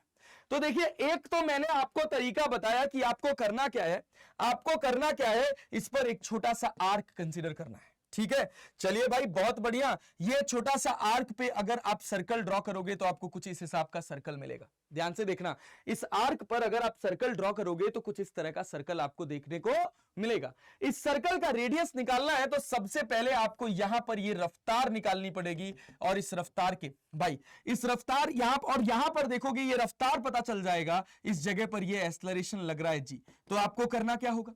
आपको इस g का एक कंपोनेंट करना होगा जो इस v के परपेंडिकुलर होगा, और फिर आप सिंपल सा फॉर्मूला लगाओगे कि आपका जो एक्सेलरेशन होगा, कौन सा acceleration? Normal acceleration, that will be equivalent to जो कंपोनेंट इधर जाएगा, ये θ/2, ये 90, और ये आपके पास कितना हो जाएगा? देखो पूरा 90, ये θ/2, 90 माइनस θ/2, फिर से ये θ/2, तो जो an मिल जाएगा वो आपको कितना मिल जाएगा? g cos θ/2 मिल जाएगा। an जो मिलेगा वो आपको g cos थीटा बाई 2 मिल जाएगा। बहुत बढ़िया। और ये v निकालने के लिए आपको क्या करना है, इस v का एक कंपोनेंट इधर आएगा v, इसको v डैश कर लो, v dash cos theta by 2, और v का एक कंपोनेंट इधर आएगा वो कितना होगा v cos theta. v cos theta और v dash cos theta by 2 कभी चेंज नहीं होंगे। अरे भैया v dash cos theta by 2 और v cos थीटा कभी चेंज नहीं होंगे, तो v cos थीटा जो होगा वो किसके बराबर होगा, वो बराबर होगा v dash cos theta by 2 के। तो v डैश की वैल्यू हो जाएगी v cos theta divided by cos theta by 2। ठीक है, ये cos थीटा बाई 2 है। मास्टर ने गलती कर दी क्या, नहीं भाई, ये यहां पे cos थीटा बाई 2। ठीक है, चलो भैया, तो अब अपने को अगर अपने को रेडियस ऑफ कर्वेचर निकालना है तो क्या करना है, सिंपल v डैश का स्क्वायर डिवाइडेड बाई an। तो v डैश का स्क्वायर कितना हो जाएगा, that is v square cos square theta divided by v square cos square theta divided by, ये अपने पास हो जाएगा cos स्क्वायर थीटा बाई 2। और an की वैल्यू कितनी है, an की वैल्यू है अपने पास g cos थीटा बाई 2। तो cos square theta by 2, cos theta by 2 ये आपके पास हो जाता है cos क्यूब थीटा बाई 2, तो इसको लिखा जाता है v square cos square theta, और भाई cos square theta by 2 cos theta by 2 ये हो जाएगा आपके पास cos क्यूब थीटा, ऊपर जाएगा तो इसको लिखा जा सकता है sec cube theta by 2 divided by g, ये आपका हो जाता है रेडियस ऑफ कर्वेचर। ठीक है, अच्छा अब मास्टर थोड़ा सा भौकाल मारना चाहता है, आपको दिखाना चाहता है मास्टर कि ये जो आपको रेडियस ऑफ कर्वेचर का फॉर्मूला बताया है, इस रेडियस ऑफ कर्वेचर के फॉर्मूले से भी, इस रेडियस ऑफ कर्वेचर के फॉर्मूले से भी सेम रिजल्ट आता है। मैं वेरीफाई करवा दूं आपको कि मास्टर जो पढ़ा रहा है वो 100% सत्य है। तो देखो क्या होगा भाई, क्या होगा भाई, आपको कहा जा रहा है कि आपको बताना है रेडियस ऑफ कर्वेचर जब एंगल कितना हो जाए, थीटा बाई 2 हो जाए। मतलब अगर वहां पर मैं dy बाई dx उस स्लोप को देखूं तो मैं उस स्लोप को लिख सकता हूं tan थीटा बाई 2। और इक्वेशन ऑफ ट्रेजेक्ट्री हम क्या जानते हैं प्रोजेक्टाइल मोशन का, y equals to x tan theta minus 1 upon 2 g x square upon u square cos square theta, ये हम जानते हैं ट्रेजेक्ट्री। ठीक है, तो भैया जहां एंगल अपना कितना बन रहा है, भैया जहां एंगल थीटा बाई 2 बन रहा है, तो ये आपके पास कितना हो जाएगा, y equals to x tan theta minus 1 upon 2 g x square upon u square cos square theta. अब आप यहां पे dy बाई dx करेंगे, dy बाई dx करेंगे, ये इक्वेशन ऑफ ट्रेजेक्ट्री है बेसिकली।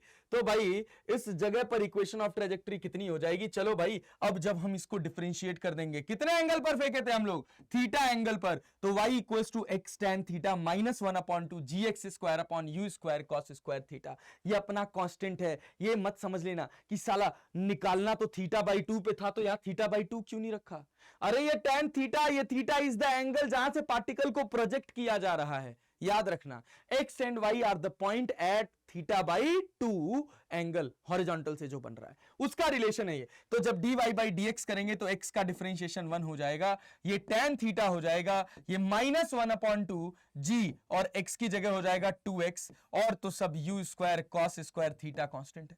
ठीक है, चलो भाई इस 2 से ये 2 कट जाएगा, इसको एक बार और डिफरेंशिएट कर देंगे तो d2y बाई dx2 जो आपको मिलेगा वो कितना मिलेगा, d2y by dx2 tan theta constant, इसका डिफरेंशिएशन 0, x का डिफरेंशिएशन 1, तो ये हो जाएगा minus g upon u square cos square theta. अच्छा हम जानते हैं कि भैया जब हम रेडियस ऑफ कर्वेचर कैलकुलेट कर रहे हैं, तो रेडियस ऑफ कर्वेचर कैलकुलेट करते समय इस नेगेटिव का कोई अस्तित्व नहीं है। तो रेडियस ऑफ कर्वेचर का हमने आपको एक भौकाली सा फॉर्मूला बताया था, 1 माइनस dy बाई dx का, 1 माइनस dy बाई dx का whole square raise to the power 3 by 2 divided by d2y by dx2। ठीक है, ऐसे मॉड भी लगा होता है। चलो भाई, तो अब तुमको अगर r निकालना होगा तो क्या लिखोगे, 1 माइनस dy बाई dx कितना है, tan थीटा, तो ये तुम्हारे पास हो जाएगा tan square theta by 2, tan square theta by 2। चलो बहुत बढ़िया भाई, और उसके बाद इसकी पावर कितना है, इसकी power 3 by 2 divided by d2y by dx2 कितना है, g upon u square cos square theta. अब जब आप यहां से सॉल्व करोगे तो 1 plus tan 1 minus tan square theta, 1 1 plus होता है यार फॉर्मूले में, हमने माइनस लिखा है क्या? हमने माइनस लिखा है क्या? नहीं, यहां तो प्लस लिखा है यार, या माइनस लिख दिया यार। क्या यार, क्या यार, मास्टर सो रहा है, यहां प्लस है। 1 plus tan square theta by 2 जो होता है ये हो जाता है आपके पास sec स्क्वायर थीटा बाई 2, और उसकी पावर 3/2 है तो ये हो जाएगा आपके पास sec क्यूब थीटा बाई 2, और भैया ये ऊपर चला जाएगा, ये हो जाएगा cos स्क्वायर थीटा, ये हो जाएगा आपके पास u square and whole divided by आपके पास g, ये आपका हो जाएगा रेडियस ऑफ कर्वेचर। बहुत सिंपल बात है, ठीक है। ये देखिए, ये भौकाल मारने के लिए मास्टर ने भौकाली फॉर्मूला यूज किया और इसका आंसर आपको निकाल कर दिखा दिया। मतलब रेडियस ऑफ कर्वेचर का जो फॉर्मूला हम आपको बताए थे, कभी रेयरेस्ट ऑफ रेयर हो सकता है कि वो आपके काम आ जाए, तो इस वजह से आपका जानना जरूरी था और मेरा उसको वैलिडेशन देना जरूरी था कि हाँ भैया, जो हम पढ़ते लिखते समझते हैं वो सब बहुत 100% सही तरीके से काम करता है। यह था पूरा का पूरा कॉन्सेप्ट रेडियस ऑफ कर्वेचर का। अब इसके बाद हमारी कहानी शुरू होती है इस एक्सेलरेशन के पीछे लगने वाले फोर्स के बारे में जानने से। And the very next topic is dynamics of circular motion. जब हम बात करते हैं डायनामिक्स ऑफ सर्कुलर मोशन की, तो अब हम ध्यान देंगे कि ये जो रेडियल एक्सेलरेशन, टेंजेंशियल एक्सेलरेशन, ये सर्कुलर मोशन में जब आ रहे थे तो भैया ये किसी ना किसी फोर्स के कारण आ रहे थे, जो आपको यहां पर मैंने at the starting of the lecture explain किया कि दो फोर्स बने, एक F cos थीटा बना, एक F sin थीटा बना। F cos थीटा ने रफ्तार चेंज करने का काम किया और F sin थीटा ने भैया डायरेक्शन चेंज करने का काम किया, ठीक है। तो अब क्या होगा, अब इसी F cos थीटा और F sin थीटा जो यहां पर दिख रहे हैं, इन्हीं फोर्सेस की एनालिसिस करेंगे and that is under the part that is known as dynamics of circular motion. Dynamics of circular motion क्या होता है सर? बात करें अगर डायनामिक्स ऑफ सर्कुलर मोशन की, तो सिंपल सी बात है, अब आपको उन फोर्सेस की एनालिसिस करनी है that are responsible for circular motion. तो जब सर्कुलर मोशन होता है तो सर्कुलर मोशन दो तरह से होता है अपने में। एक होता है यूनिफॉर्म सर्कुलर मोशन, एक क्या होता है, यूनिफॉर्म सर्कुलर मोशन, और एक होता है अपने पास नॉन यूनिफॉर्म सर्कुलर मोशन, जिसको लिखा जाता है नॉन यूनिफॉर्म सर्कुलर मोशन। ये यूसीएम होता है, ये एनयूसीएम होता है, ये आपका यूसीएम होता है। हम जानते हैं यूनिफॉर्म सर्कुलर मोशन में बस एक ही एक्सेलरेशन होता है, ठीक है। यूनिफॉर्म सर्कुलर मोशन में बस एक ही एक्सेलरेशन होता है और वो एक्सेलरेशन होता है radial acceleration, that is v square by are, या r कोई रेडियस है, r पोजीशन है, जो भी होता है, r रखोगे तो पोजीशन की तरह ट्रीट होगा, ठीक है। जनरली जब कंप्लीट सर्कुलर मोशन की बात करते हैं तो ये रेडियस ऑफ कर्वेचर ही कहलाता है, ठीक है। चलो, यह रेडियस कहलाता है AR। अच्छा, AT की वैल्यू होती है अपने पास R alpha, that is equivalent to dv by dt, और ये बराबर होती है किसके, शून्य के। अगर आप कौन से मोशन की बात कर रहे हैं, अगर आप यूनिफॉर्म सर्कुलर मोशन की बात कर रहे हैं, मतलब इसमें एक ही फोर्स लगेगा, दैट इज रेडियल फोर्स, जो किधर लगेगा, रेडियस के अलोंग, ठीक है, मतलब सेंटर की तरफ। और ये किसके बराबर होगा, ये बराबर होगा mv square by r, mv square by are के। ये क्या कहलाता है, ये कहलाता है रेडियल, ये कहलाता है आपके पास रेडियल फोर्स। समझना, बहुत आराम से समझना। अभी इसी फोर्स का नाम आपको दिया जाएगा, किसके नाम से, सेंट्रीफ्यूगल फोर्स के नाम से, ठीक है। अभी उसके बारे में हम डिटेल में चर्चा करेंगे। जब हम नॉन यूनिफॉर्म सर्कुलर मोशन की बात करेंगे तो यहां पर आपके पास AR जो होता है वो v स्क्वायर बाई आर, वो तो रहता ही रहता है, लेकिन साथ में इसके AT भी आ जाता है, that is equal to dv by dt, या r इंटू अल्फा, ठीक है। अच्छा, तो यहां पर दो फोर्स लगेगा, एक फोर्स होगा FR, that is responsible for direction change, it is a radial force, ठीक है। ये आपका एक रेडियल फोर्स है जो डायरेक्शन चेंज के लिए रिस्पॉन्सिबल, और ये बराबर होता है मास इंटू AR के, तो mv स्क्वायर बाई आर। और ये लगेगा किधर, सर ये लगेगा टुवर्ड्स सेंटर। सिंपल सी बात है, ये किधर लगेगा, ये टुवर्ड्स सेंटर लगेगा, जिधर एक्सेलरेशन का डायरेक्शन होगा। ऑब्वियसली जिधर फोर्स का डायरेक्शन है उधर ही एक्सेलरेशन का डायरेक्शन होता है। अच्छा, ये जो AT लग रहा है, ये जो हमारा AT लग रहा है, ये एक फोर्स देगा जिसको FT बोला जाएगा, दैट इज टेंजेंशियल फोर्स। और ये टेंजेंशियल फोर्स आपका बराबर होगा किसके, ये टेंजेंशियल फोर्स आपका बराबर होगा mr इंटू अल्फा। या बराबर होगा m into dv by d t. और डीवी बाई डी टी को गलती से भी rate of change of velocity मत पढ़ लीजिएगा, ये क्या है, ये rate of change of speed है, इसको rate of change of velocity की तरह नहीं पढ़ेंगे। ठीक है, चले कहानी को आगे बढ़ाएं, स्टोरी में थोड़ा और ट्विस्ट लाया जाए, कहानी को थोड़ा और प्यार से समझते हैं। ये जो आपका फोर्स लग रहा है mv स्क्वायर बाई आर, ये रेडियल फोर्स है। ठीक है, सारी कहानी इसी के अराउंड घूमेगी। जब हम अपना फ्रेम चेंज कर लेते हैं, अभी ये सारी की सारी एनालिसिस हम कहां से कर रहे हैं, ये सारी की सारी एनालिसिस हम ग्राउंड फ्रेम से कर रहे हैं।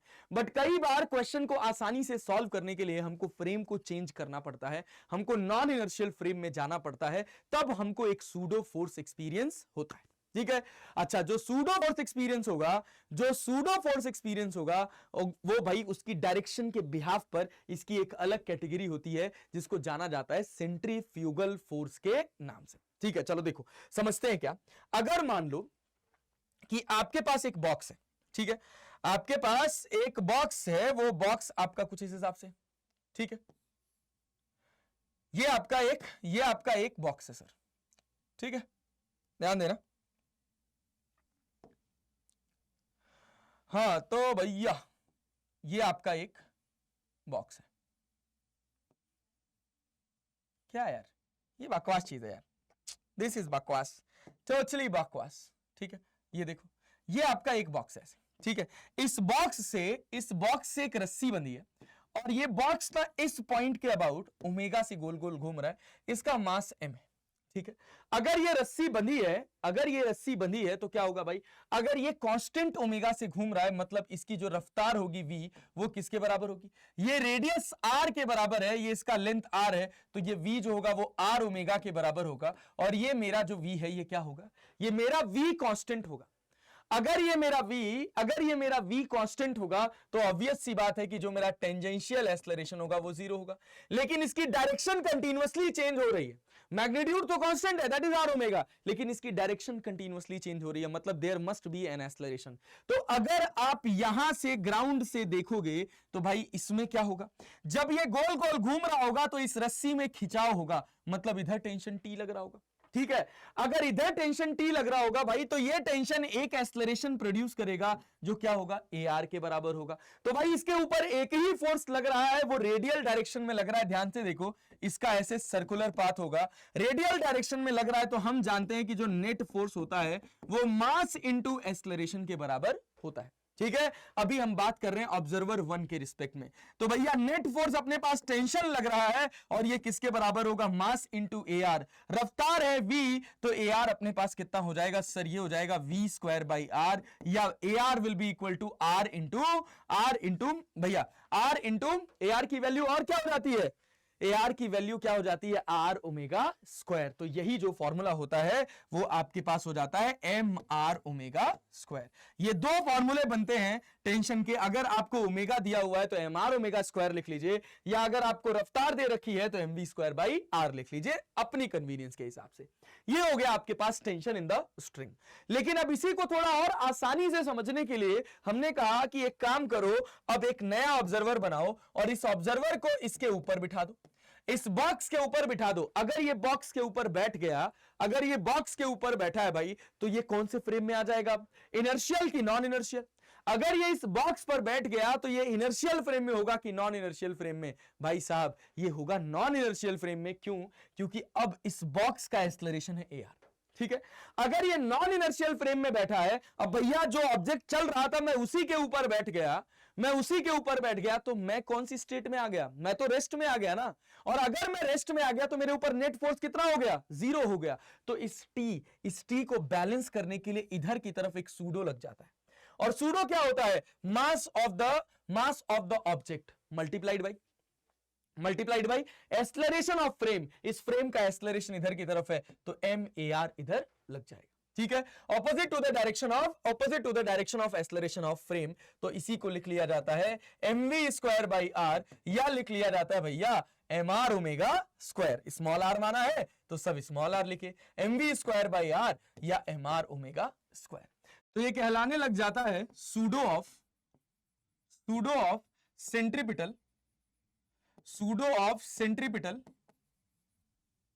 फोर्स, ठीक है। क्या कहलाने लग जाएगा भैया? ये कहलाने लग जाएगा pseudo force of centripetal force. अच्छा ठीक है सर, अगर अगर क्या होता, अगर इसका एक एक्सेलरेशन इधर भी होता, मान लो इधर की तरफ अगर इसके ऊपर एक एक्सेलरेशन लग रहा होता 80, तो इधर एक सूडो लगता, वो कितना लगता? वो लगता m इंटू 80, और ये क्या कहलाता? ये कहलाता सूडो ऑफ, ये कहलाता सूडो ऑफ टेंजेंशियल, टेंजेंशियल, ठीक है, टेंजेंशियल फोर्स। जो टेंजेंशियल फोर्स आता, ये जो टेंजेंशियल फोर्स आता इस 80 की वजह से, ये उसका सूडो कहलाता। जनरली जब हम सर्कुलर मोशन की बात करते हैं, जनरली जब हम सर्कुलर मोशन की बात करते हैं तो हमको 90% केसेस में यूनिफॉर्म सर्कुलर मोशन ही देखने को मिलता है। तो इस वजह से यूनिफॉर्म सर्कुलर मोशन को अगर ऑब्जर्व किया जाए नॉन इनर्शियल फ्रेम में बैठ के, मतलब जो ऑब्जेक्ट सर्कुलर मोशन कर रहा है अगर उसी ऑब्जेक्ट के ऊपर बैठकर ऑब्जर्वेशन करी जाए, तो भाई ऐसा फील होगा कि उसके ऊपर नेट फोर्स कितना है? जीरो है।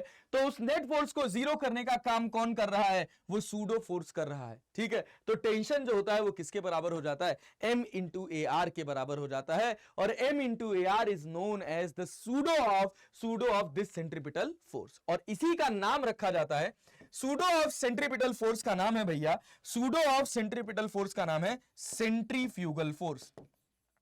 क्या नाम है भाई? Centrifugal force. अच्छा ठीक है, याद रखना सेंट्रीफ्यूगल फोर्स कब रोल में आएगा? ऑब्जर्वर 1 के लिए कि ऑब्जर्वर 2 के लिए? ऑब्जर्वर 1 के लिए कि ऑब्जर्वर 2 के लिए? सर ऑब्जर्वर 2 के लिए, क्योंकि सेंट्रीफ्यूगल एक सूडो फोर्स है। सेंट्रीफ्यूगल फोर्स कैसा है? ये एक सूडो फोर्स है, और सूडो फोर्स तभी आता है जब आपका फ्रेम कैसा हो? नॉन इनर्शियल फ्रेम हो। मतलब ऑब्जर्वर कहां बैठा है? ऑब्जर्वर कहां बैठा है? उस ऑब्जेक्ट के ऊपर जो ऑब्जेक्ट सर्कुलर मोशन परफॉर्म कर रहा है, ठीक है। कई बार आपने देखा होगा वो गणेश झूला देखा जो गोल गोल गोल गोल घूमता है, ठीक है, ऐसे, और उस पर बैठ जाओ या खड़े हो जाओ, ठीक है। जब खड़े हो जाते हैं तो क्या होता है? जब वो गोल गोल घूमता है तो बाहर की तरफ भागते चले जाते हैं, हमको बाहर की तरफ एक खिंचाव फील होता है, ठीक है। वो खिंचाव बस इसी वजह से होता है, इसी सेंट्रीफ्यूगल फोर्स की वजह से होता है। और दुनिया में हर चीज जो गोल गोल घूम रही है, उस गोल गोल घूमने के लिए, उसको गोल गोल घुमाने के लिए जो रिस्पॉन्सिबल फोर्स है वो सेंट्रीफ्यूगल फोर्स है। सेंट्रीपिटल फोर्स, ये जो अंदर की तरफ सेंटर की तरफ लग रहा है, अगर रस्सी और ब्लॉक की बात होगी तो टेंशन हो जाएगा, दो प्लैनेट्स के बीच की बात होगी तो ग्रेविटेशनल हो जाएगा, अगर एक चार्ज पार्टिकल का एक मैग्नेटिक फील्ड में हो जाएगा तो मैग्नेटिक हो जाएगा, एक न्यूक्लियस के अराउंड अगर कोई इलेक्ट्रॉन गोल गोल घूम रहा है तो वहां पर जो सेंट्रीपिटल फोर्स होता है वो भाई साहब इलेक्ट्रोस्टैटिक फोर्स हो जाता है। But through out the motion, through out the circular motion एक चीज कांस्टेंट रहेगी, वो है सेंट्रीफ्यूगल एक्सेलरेशन और सेंट्रीफ्यूगल फोर्स, ठीक है। ये फोर्स क्या है? ये सूडो है किसका? सेंट्रीपिटल फोर्स का, और जो हमेशा बराबर होगा किसके? एम आर ओमेगा स्क्वायर के। It is up to you कि आप ऑब्जर्वेशन कहां से करना चाहते हैं। आप ऑब्जर्वेशन ग्राउंड फ्रेम से करना चाहते हैं, या जो ऑब्जेक्ट सर्कुलर मोशन परफॉर्म कर रहा है उसी के ऊपर बैठ के करना चाहते हैं। तो 90% केसेस में इसी के ऊपर बैठकर ऑब्जर्व करना हमारे लिए आसान होता है, तो भाई हम यहीं से ऑब्जर्वेशन करते हैं, क्योंकि नेट फोर्स जीरो हो जाता है, तो जितना आगे सूडो के साथ उतना पीछे, ठीक है। तो अपना नेट फोर्स जीरो हो जाएगा, तो यहां tension M are omega square या M V square by are के बराबर हो जाएगा, ठीक है सर। इसी पर बेस्ड मैं आपके सामने एक बढ़िया सा सवाल फेंक के मारता हूं, देखता हूं आप उसका आंसर कर पाते हैं कि नहीं। ये आपके पास एक एक्सिस है, इस एक्सिस में एक बीड फंसा है, इस बीड से एक ब्लॉक इधर लगा है और एक ब्लॉक इधर लगा है, ठीक है। और ये पूरा सेटअप ऐसे घूम रहा है ओमेगा से, ठीक। और ओमेगा की वैल्यू आपको दे रखी है 10 रेडियन पर सेकेंड। ये 1 मीटर है, ये भी 1 मीटर है, ये 2 केजी है, और ये जो है ये आपके पास 3 केजी है। आपसे सवाल पूछा गया find the tension in the strings. जो दोनों स्ट्रिंग्स है, इन दोनों स्ट्रिंग्स में कितना टेंशन होगा। तो सिंपल सी बात है, अगर हम बात करें किसकी, अगर हम बात करें 3 केजी की, तो 3 केजी पर इधर एक फोर्स लगेगा एम आर ओमेगा स्क्वायर, मास है 3, रेडियस कितना हो जाएगा 1 + 1 आपके पास 2 मीटर हो जाएगा, और ओमेगा की वैल्यू 10 है तो मल्टीप्लाइड बाई 10 का स्क्वायर हो जाएगा। एम आर ओमेगा स्क्वायर, तो 3 दूना 6 और 10 दहा में 100, तो ये आपके पास हो जाएगा 600 न्यूटन, ठीक है। अच्छा, इधर आपका टेंशन लग रहा है कितना? इधर टेंशन लग रहा है T2, और अगर ये गोल गोल घूम रहा है, यूनिफॉर्म ओमेगा से घूम रहा है, मतलब टेंजेंशियल एक्सेलरेशन 0 है, मतलब यहां पर रेडियल एक्सेलरेशन ही है, या आप कह लीजिए कि जो एक्सेलरेशन लग रहा है it is only responsible for direction change. अगर केवल डायरेक्शन चेंज के लिए रिस्पॉन्सिबल है, इसकी रफ्तार में कोई चेंज नहीं हो रहा है, तो T2 जो होगा वो किसके बराबर होगा भाई मैं यहीं पर बैठ गया तो इसके ऊपर अगर सूडो लग गया तो नेट फोर्स 0 होना चाहिए, और 0 तभी होगा जब T2 बराबर होगा किसके, 600 न्यूटन के।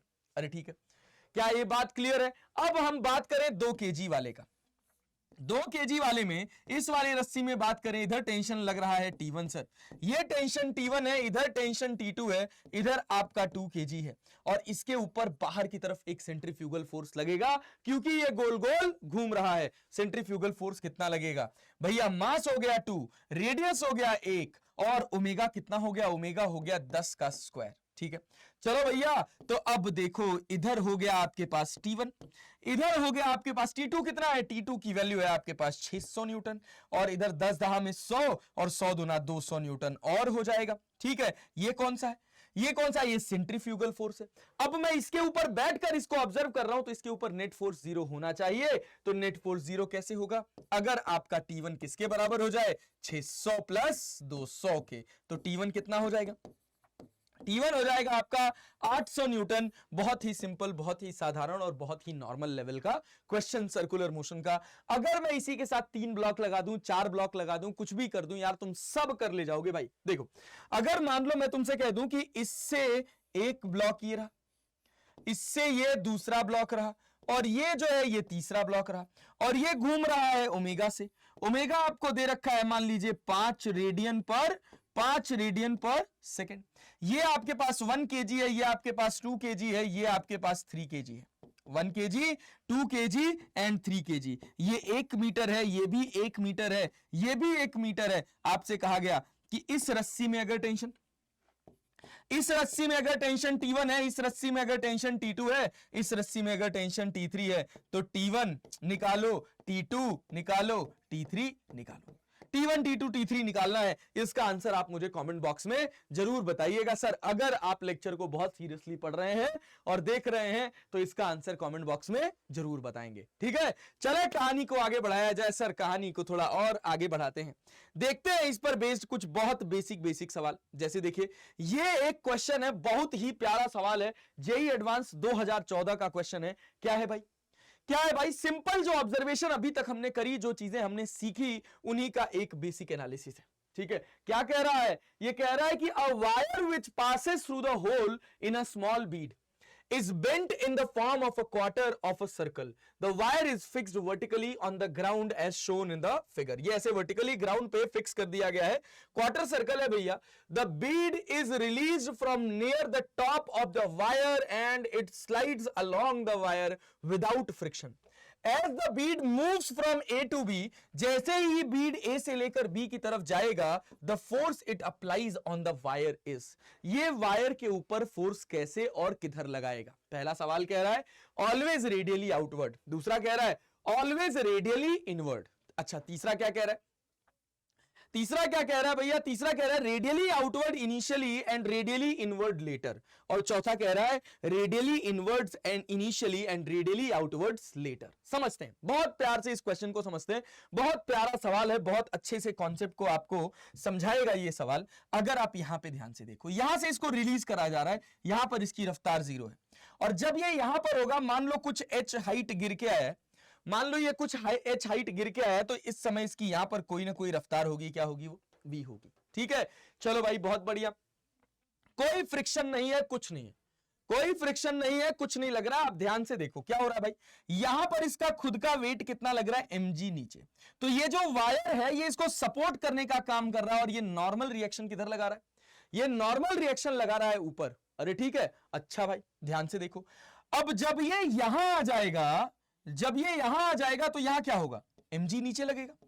नॉर्मल रिएक्शन, मैं किसकी बात कर रहा हूं? मैं अभी बीड की बात कर रहा हूं, बहुत ध्यान से समझना। नॉर्मल रिएक्शन इधर लग रहा है भाई, ध्यान से देखो। ये तुम्हारा नॉर्मल रिएक्शन है। मान लिया कि मैं कह रहा हूं कि ये यहां से एंगल बना रहा है कुछ थीटा।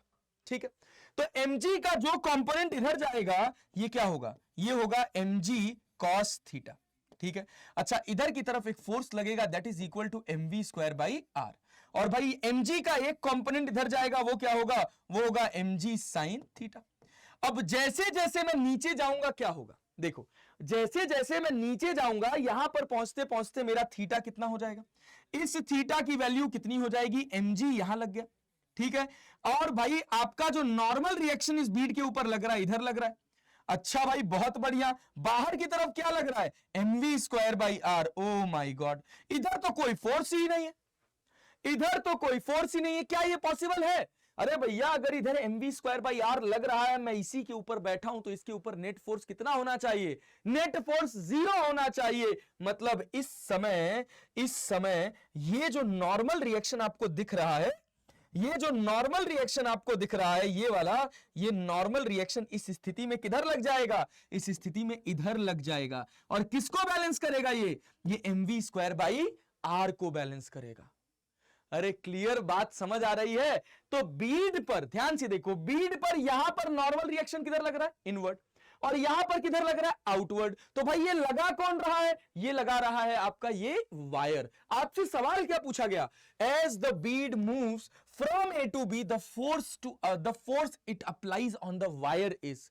वायर के ऊपर कहां फोर्स लगेगा सर? तो देखिए ना, अगर नॉर्मल रिएक्शन बीड के ऊपर वायर ने ऊपर लगाया, तो भाई जो बीड है वो नॉर्मल रिएक्शन इसके ऊपर किधर लगाएगा? नीचे लगाएगा। तो यहां पर नीचे है, और यहां पे देखो, यहां पर इस बीड के ऊपर नॉर्मल रिएक्शन वायर ने इधर लगाया, तो मतलब ये बीड जो है ये वायर के ऊपर बाहर की तरफ लगाएगा। ऑब्वियस सी बात है। तो मतलब इनिशियली क्या होगा? रेडियली इनवर्ड, एंड बाद में क्या हो जाएगा? Radially outward. वैसे हमको कैलकुलेशन से भी ये बात समझ आनी चाहिए। देखो क्या है, अभी यहां पर mg की वैल्यू n के बराबर है। जैसे ये आगे जाएगा, मेरा n इक्वल्स टू क्या है? mv square by r. ये बढ़ता चला जाएगा। और ध्यान से देखो, इधर क्या लग रहा है? mg cos theta. जैसे जैसे ये आगे जाएगा, ये थीटा बढ़ेगा, mg cos थीटा घटेगा। एक समय ऐसा आएगा कि जब 90 डिग्री हो जाएगा, तो cos 90 की वैल्यू 0, तो ये 0 हो जाएगा। तब इस mv स्क्वायर बाई आर को बैलेंस करने के लिए नॉर्मल रिएक्शन किधर लग जाएगा? सर नॉर्मल रिएक्शन इधर लग जाएगा। ठीक है। तो ऊपर बीड के ऊपर नॉर्मल रिएक्शन आउटवर्ड लग रहा था, और यहां पर बीड के ऊपर नॉर्मल रिएक्शन इनवर्ड लग रहा था, तो वायर में जस्ट ऑपोजिट हो जाएगा। ऊपर वाले हिस्से पर वायर के ऊपर नॉर्मल रिएक्शन नीचे लगेगा, और यहां पर नॉर्मल रिएक्शन आगे की तरफ लगेगा। ठीक है। चलिए सर, तो देखिए इनिशियली जो नॉर्मल रिएक्शन लग रहा है वायर के ऊपर, ये इनवर्ड लग रहा है, और फाइनली किसके ऊपर लग रहा है?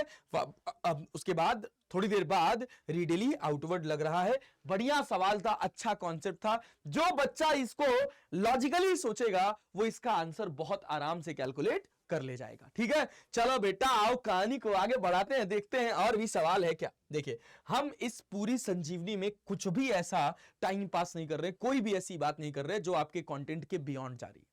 अपना काम है आपको कंटेंट पढ़ाना, कंटेंट सिखाना। अपन कंटेंट पढ़ाएंगे, कंटेंट सिखाएंगे, थोड़ा बहुत मोटिवेशन चलता है, बट ये नहीं कि भैया लेक्चर शुरू किए और ज्ञान ही दे रहे हैं और पढ़ा कम रहे हैं। अपना मेन काम पढ़ना है और पढ़ाना है।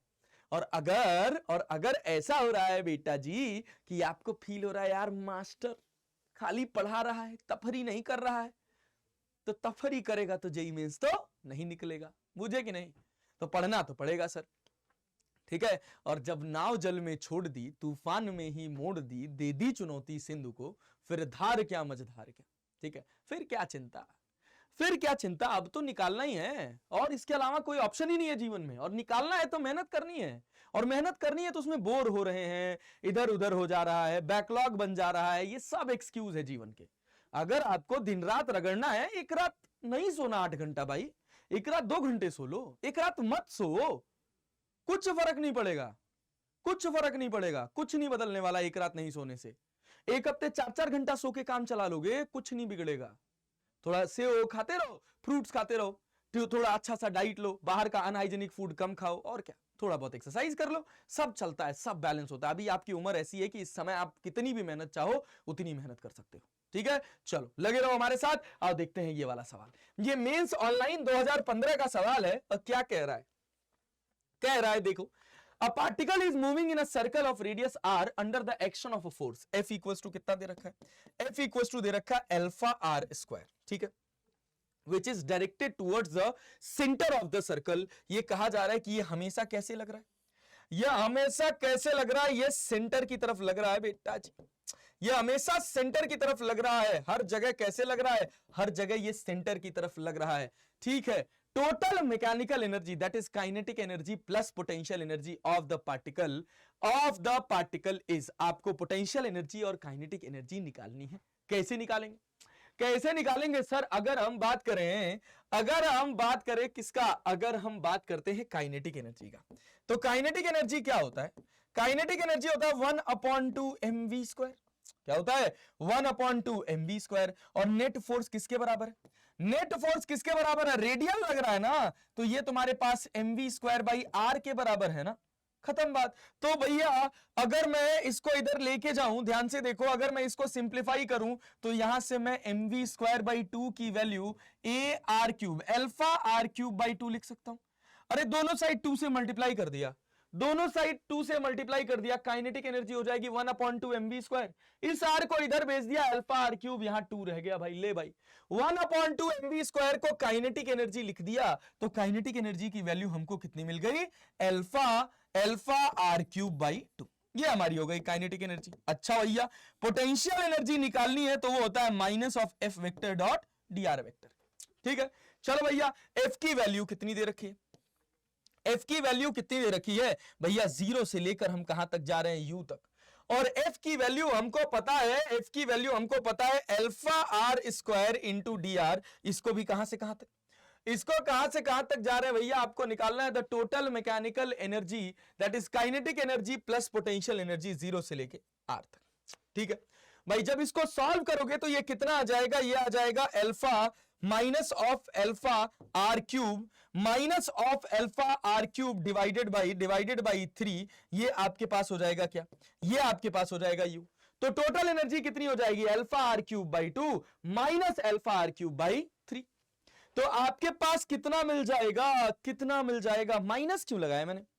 du equals to f.dr force. ये फोर्स कौन सा है? एक्सटर्नल फोर्स है ना, under the action of external force है ना यार। तो एक्सटर्नल फोर्स में du इक्वल्स टू dw होता है, ये प्लस हो जाएगा, ये प्लस हो जाएगा। ठीक है, तो जो टोटल एनर्जी आएगी वो कितनी आएगी? Total energy sir, total energy आपकी हो जाएगी kinetic energy plus potential energy.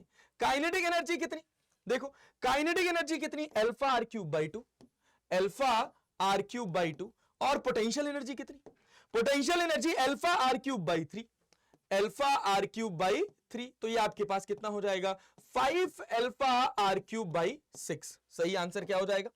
सही आंसर क्या हो जाएगा? 5 अल्फा r³/6 आपका जो ये आंसर होगा, डी वाला आंसर, ये आपका सही आंसर हो जाएगा। ठीक है, चले कहानी को आगे बढ़ाएं। देखिए सिंपल सवाल है यार, कुछ खास बात नहीं होती इन सब क्वेश्चंस में, बस थोड़ा ध्यान से पढ़ना होता है, बस क्वेश्चन को थोड़ा ध्यान से पढ़ना होता है। ध्यान से पढ़ेंगे आपका आंसर निकल जाएगा। आपका अगला सवाल क्या कह रहा है देखो, अब देखो, अब ये कह रहा है the kinetic energy of a particle of mass m moving along a circle of radius r depends on the distance covered as k equals to as², where a is constant. Find the centripetal and tangential force and also the total force acting on the particle as a function of s। ठीक है, आपको सवाल ध्यान से देखो, सवाल में दे रखा है kinetic energy that is equal to alpha s²। आपको क्या निकालना है? आपको निकालना है tangential force that is m into at, और फिर आपको निकालना है radial force that is m into ar, और फिर आपको कैलकुलेट करना है net force that is m into a net. ये निकालना है। कैसे निकालेंगे भाई?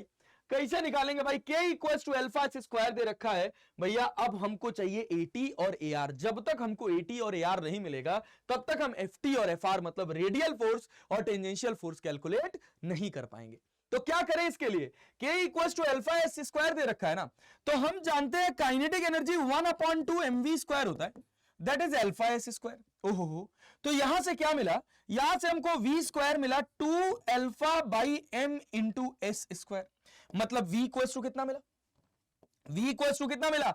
v इक्वल्स टू अपने पास हो जाएगा अंडर रूट ऑफ 2 अल्फा है कि a है? क्या है भाई? a है ना यार, छोड़ो, यहां a लिखा हुआ है। वैसे जो क्वेश्चन मैंने दिया था उसमें अल्फा लिखा हुआ था, ये as² है, तो यहां पर क्या हो जाएगा? as²। ध्यान से देखो, अब क्या?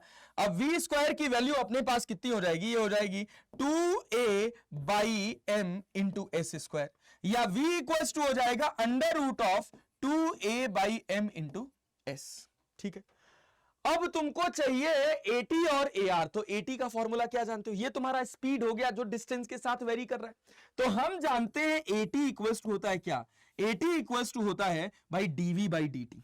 AT equals to dv by dt, that is rate of change of speed. याद रखिएगा, अगर ये rate of change of speed है तो under root of 2a by m और s को हम लोग डिफरेंशिएट करेंगे तो क्या लिखेंगे? ds by dt, that is also equivalent to v। तो फर्दर ये किसके बराबर हो जाएगा?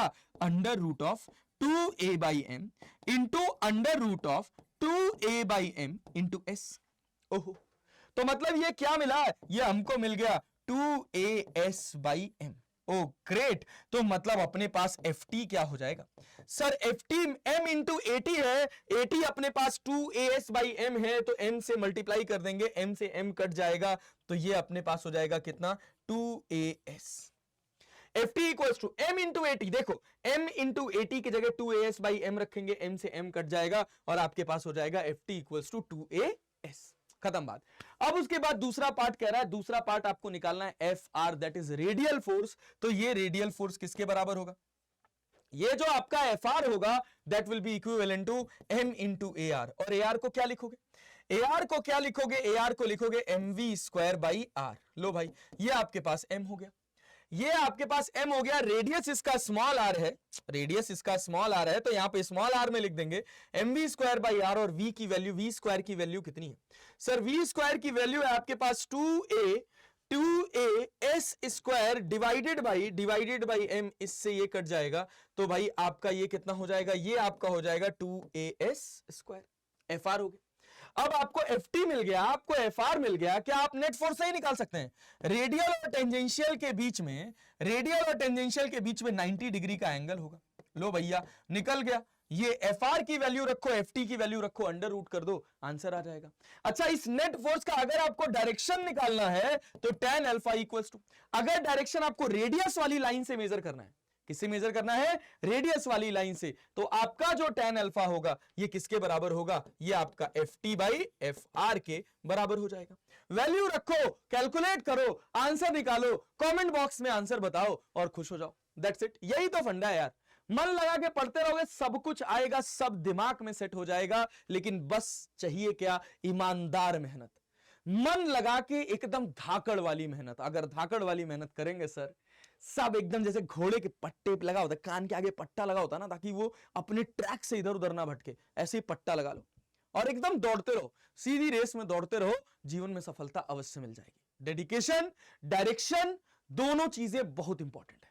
ठीक है, चलो भाई आगे बढ़ते हैं, आगे बढ़ते हैं। अगला कह रहा है, a car of mass m moving over a convex bridge of radius r, find the normal reaction acting on car when it is at the highest point of the bridge। सवाल में ब्रिज नहीं बना हुआ है diagram में, क्योंकि diagram बनाना मुश्किल हो रहा था, तो हमने कहा लाओ हम ही ब्रिज बना देंगे, हम ही ब्रिज बना देंगे, क्लास में बना देंगे ब्रिज। भाई ये रहा, लो तुम्हारा ब्रिज, ये तुम्हारा ब्रिज है, कॉन्वेक्स शेप का है। इसका रेडियस ऑफ कर्वेचर दे रखा है क्या? हाँ भैया, कह रहा है convex bridge of radius r, इसका रेडियस ऑफ कर्वेचर r दे रखा है। ठीक है, साधारण सिंपल सवाल कह रहा है कि भाई इसके ऊपर ना एक ऐसे कार है। ठीक है भाई, अगर ये कार है तो जब ये अपने हाईएस्ट पॉइंट पर है तो बताओ इस पे क्या होगा? Normal reaction acting on the car when it is at the highest point of the bridge. तो सिंपल सी बात है, जब ये यहां से चल के हाईएस्ट पॉइंट पर जा रही होगी तो इसकी रफ्तार कुछ ना कुछ v होगी। तो भाई कुछ ना कुछ v होगी। यहां नीचे क्या लग रहा होगा? mg लग रहा होगा, ऊपर नॉर्मल रिएक्शन n लग रहा होगा, ऊपर एक और फोर्स लग रहा होगा, that is equal to mv square by r। तो क्या मिलेगा? क्या मिलेगा? n plus mv square by r, ये बराबर हो जाएगा किससे? mg से। mg से बराबर हो जाएगा तो n की वैल्यू कितनी हो जाएगी? mg minus mv square by r। कभी आपने देखा है इस तरह के पुल से मूवी में गाड़ी उड़ते हुए? देखना तो देखा होगा कि ऐसे पुल होता है, बंदा एकदम खूब स्पीड में लेके आता है, खपाच उड़ जाता है। कैसे उड़ जाता है भैया? कैसे उड़ जाता है भैया? यहां पर रफ्तार है v, ऊपर लग रहा है mv square by r, normal reaction भी ऊपर ही लग रहा है। ठीक है, अगर रफ्तार इतनी ज्यादा हो जाए कि अपने हाईएस्ट पॉइंट पर इसकी जो mv स्क्वायर बाई आर वाली जो वैल्यू है, जो फोर्स है, ये जो सूडो फोर्स लग रहा है, जो सेंट्रीफ्यूगल फोर्स लग रहा है, अगर ये mg से बड़ा हो जाएगा तो मेरा नॉर्मल रिएक्शन नेगेटिव आ जाएगा। Normal reaction on this car can only be zero, negative नहीं हो सकता। नेगेटिव आने का मतलब क्या है कि कांटेक्ट टूट गया, कांटेक्ट टूट गया मतलब गाड़ी उड़ गई। इसी गाड़ी के उड़ने के कॉन्सेप्ट को समझाने के लिए हमने आपको यह सवाल यहां पर दिया था, आसान सवाल है, ठीक है। चलिए बहुत अच्छा, वेरी गुड वेरी गुड। उसके बाद बात कर लेते हैं अगले हिस्से में। इसी में कहा जा रहा है कि सेम सब कुछ वही पुल, ये आपका पुल है, ठीक है, लेकिन अब ये पुल कैसे जा रहा है, ये पुल कैसे बना हुआ है, ये पुल कुछ इस तरह से बना हुआ है ऐसे, और अब इसमें कार है। अब इस पुल में ये आपकी कार है जो सबसे बॉटम पॉइंट पर है, इस पुल के सबसे बॉटम पॉइंट पर है, तो यहां पर mg नीचे लग रहा होगा, नॉर्मल रिएक्शन n ऊपर लग रहा होगा, और यहां पर mv स्क्वायर बाई आर लग रहा होगा भाई। तो यहां पे n की वैल्यू कितनी हो जाएगी, n की वैल्यू हो जाएगी mg plus mv square by r. अच्छा अब ध्यान से देखो, अब अगर आप ध्यान से देखो तो यहां पर ऐसे कार नीचे जा रही है तो ये कभी उड़ नहीं सकती, क्योंकि नॉर्मल रिएक्शन अगर इसकी रफ्तार शून्य भी हो गई तो भैया mg के बराबर होगा। मतलब नॉर्मल रिएक्शन कभी शून्य नहीं पॉसिबल है, और नॉर्मल रिएक्शन कभी जीरो नहीं पॉसिबल है, मतलब यहां पे कभी कांटेक्ट टूट नहीं सकता। मतलब अगर ऐसे पुल बना हो तो गाड़ी के उड़ने के चांसेस नहीं है, लेकिन यहां खतरा होगा। यहां जब आप ऊपर उड़ रहे हैं तो दिक्कत हो जाएगा सर। इसी वजह से जो ब्रेकर बनाए जाते हैं वो ऊपर से ऐसे बनाए जाते हैं, नीचे से नहीं बनाए जाते हैं। पता चला ब्रेकर ऐसे नीचे से बना हुआ है, मान लो कोई अच्छा सा ब्रेकर स्मूथ वाला ऐसे बना हुआ है, ठीक है। अगर जैसे आजकल बने हुए ना ऐसे फ्लैट वाले ब्रेकर्स आ रहे हैं आजकल, कि आराम से गाड़ी को आप ऊपर से ले जाके उतार ले जाओ, मैं उस ब्रेकर की बात नहीं कर रहा जो आपकी गली में लगा होता है ऐसे ऊंचा सा, उसमें कोई फिजिक्स नहीं होती है, उसमें बस ये होता है इनको याद तेज नहीं जाने देना है, लगाओ यहां पे ब्रेकर, तो वैसे बस पाइप लगा के बना दिया जाता है। अदरवाइज ब्रेकर्स की डिजाइनिंग होती है, देखा होगा आजकल ट्रेंडिंग में है, जैसे जो रेजिडेंशियल, जो बड़ी बड़ी अच्छी रेजिडेंशियल कॉलोनीज हैं, वहां पर जब ब्रेकर बनाया जाता है तो ऐसे नहीं बना दिया जाता है, ब्रेकर को पूरा शेप दिया जाता है और फिर उसको फ्लैटन किया जाता है। वो बस इस वजह से किया जाता है ताकि हमारा रेडियस ऑफ कर्वेचर, ये जो देख रहे हैं ना, ये ज्यादा रहे। ये जितना ज्यादा रहेगा mv स्क्वायर बाई आर उतना कम रहेगा। इस सवाल में देखिएगा रेडियस ऑफ कर्वेचर को बड़ा कर दिया जाता है, mv स्क्वायर बाई आर को कम कर दिया जाता है, तो गाड़ी के उड़ने के चांसेस थोड़ा कम हो जाते हैं, ठीक है। चलो भाई, तो देखो अब क्या है भाई, अब क्या है कहानी, अब कहानी में क्या है कि अगर मान लो कि मैं वैसे ही स्मूथ ब्रेकर नीचे से बनाता, तो जब नीचे जा रही होती गाड़ी तब तो कोई दिक्कत नहीं होती, लेकिन जब ऊपर आ रही होती ना तो उड़ के ऊपर आ जाती, समझ रहे हो, तो झटका ज्यादा तेज लगता। इस वजह से इस तरह के ब्रेकर्स नहीं बनाए जाते हैं। ब्रेकर्स हमेशा कैसे बनाए जाते हैं, इस तरह के स्लोप वाले, ऊपर से स्लोप वाले ब्रेकर्स बनाए जाते हैं, ठीक है। चलो बहुत बढ़िया, आगे बात करते हैं। आगे अगर अब हम देखें, एक कह रहा है, एक क्वेश्चन है, कह रहा है कि a hemispherical bowl of radius r is rotating about its axis of symmetry which is kept vertical. A small ball kept in the bowl rotates with the ball without slipping on its surface. If the surface of the bowl is smooth and the angle made by the radius through the ball with the vertical is theta, find the angular speed at which the bowl is rotating. मैं आपको समझा दे रहा हूं, आप समझिए कि एक hemispherical bowl है, ये ऐसे, इसका रेडियस आपको पता है r, और ये जो ना ये ऐसी ओमेगा से घूम रहा है कि इसमें एक बॉल रखी हुई है, जो इस जगह पर, इस पोजीशन पर ऐसे गोल गोल इसके साथ गोल गोल घूम रही है, ठीक है भाई। चलो बहुत बढ़िया, तो देखो क्या हो रहा है, इसके साथ गोल गोल घूम रही है, आपसे कहा गया यहां पे कोई फ्रिक्शन नहीं लग रहा है, पूरी तरह से ये स्मूथ है। ये एंगल जो बन रहा है आपका, ये एंगल थीटा बन रहा है। तो सवाल पूछा गया कि बताइए इसकी ओमेगा क्या होगी। तो भाई कोई खास बात नहीं, कुछ कठिन नहीं इसमें, मैंने कहा कि ये ओमेगा है, ठीक है भाई, लगा दो ओमेगा। अब क्या होगा कि अगर ये ओमेगा से गोल गोल घूमेगा तो ये एक ऐसे सर्कल बनाएगा, इस सर्कल के अबाउट गोल गोल चलेगा। तो अगर ये इस सर्कल के अबाउट ये बॉल ऐसे गोल गोल घूम रही है तो इसका खुद का वेट नीचे लग रहा है mg, इधर नॉर्मल रिएक्शन लग रहा है n, और इधर लग रहा है अपने पास कितना, mr ओमेगा स्क्वायर। और ये थीटा है, ये r है, तो जिस रेडियस का ये चक्कर काट रहा है ये रेडियस आपका होगा क्या, r साइन थीटा। या फिर आप इसको लिख सकते हैं क्या, इसको लिख सकते हैं mr sign theta into omega square. ठीक है भाई, चलो बहुत बढ़िया। अब देखो, अब इसको अगर सॉल्व करोगे आप, अगर इसको आप सॉल्व करोगे तो इधर लग रहा है आपका n, इधर आपका क्या लग रहा है mg, और इधर लग रहा है आपके पास क्या, m r sine theta into omega square. अब देखो ये आपका थीटा, तो भाई n का जो कंपोनेंट इधर आया ये कितना है, n का जो कंपोनेंट इधर आया वो n साइन थीटा आया, और इधर जो कंपोनेंट गया वो क्या गया, n cos थीटा गया। मतलब n की वैल्यू कितनी आ गई, देखो यहां से n cos थीटा की वैल्यू mg के बराबर है, तो n sin थीटा कितना हो जाएगा। ठीक है, तो हम n की जगह क्या लिख सकते हैं, देखो एम आर, अब देखो क्या है कि अगर इसका मैंने दो कंपोनेंट तोड़ दिया और ये यहां पे रुका हुआ है, तो मेरा n cos थीटा जो होगा वो बराबर होगा किसके, वो mg के बराबर होगा, और मेरा n sin थीटा जो होगा ये बराबर हो जाएगा किसके, m r sine theta into omega square. यहां पे थीटा मिसिंग है, m r sine theta into omega square. अब क्या, अब इन दोनों को डिवाइड कर दो, n cos theta n sin theta, इसको 1 कर दो, इसको 2 कर दो, और यहां पर तुम 2/1 लिख दो। 2/1 लिखोगे तो sin theta upon cos theta that will be equivalent to tan theta, और tan थीटा किसके बराबर हो जाएगा सर, tan थीटा बराबर हो जाएगा m r sine theta into omega square divided by mg। तो इस m से ये m कट जाएगा, ठीक है, और tan थीटा को हम लिख सकते हैं sin theta upon cos theta, और जब हम इसको sin theta upon cos theta लिख सकते हैं तो omega square will be equal to sin theta से sin थीटा कट जाएगा, that will be equivalent to g by r cos theta. This implies that omega equals to under root of g by r cos theta. ये आपके पास answer हो जाएगा। ठीक है, सही जा रहे हैं हम लोग, बहुत बढ़िया। M r sine theta omega square, ठीक ही है यार, डिवाइडेड बाई mg, m से m कट गया। लो भाई, तो ओमेगा स्क्वायर की वैल्यू आपके पास tan थीटा को आप sin theta upon cos theta लिख सकते हो। ठीक है, जब sin theta upon cos theta लिखोगे, sin थीटा से sin थीटा कट जाएगा, g उधर चला जाएगा, तो ओमेगा की वैल्यू आ जाएगी under root of g by are cos theta. हाँ ठीक है, बहुत बढ़िया। चलिए भैया, ये आपके पास ओमेगा हो गया। अगर इसी सवाल में यहां पे फ्रिक्शन दे देता ना, कहता कि ये सरफेस रफ है, ये सरफेस रफ है, और अब आप बताओ कि ये रेंज ऑफ ओमेगा क्या होगा, रेंज ऑफ ओमेगा क्या होगा कि ये बॉल जो है यही टिकी रहे। क्या होगा कि अगर ये रुक जाएगा और बॉल का वेट इतना सफिशिएंट है कि ये यहां से नीचे आ सके सर, तो ये नीचे की तरफ आ जाएगा। अगर आप ओमेगा बहुत बढ़ा दोगे तो हो सकता है कि ये बाहर की तरफ उड़ जाए, तो ओमेगा का एक रेंज होगा जिसमें क्या होगा कि ये जो बॉल है ये जहां है वहीं रुकी रहेगी।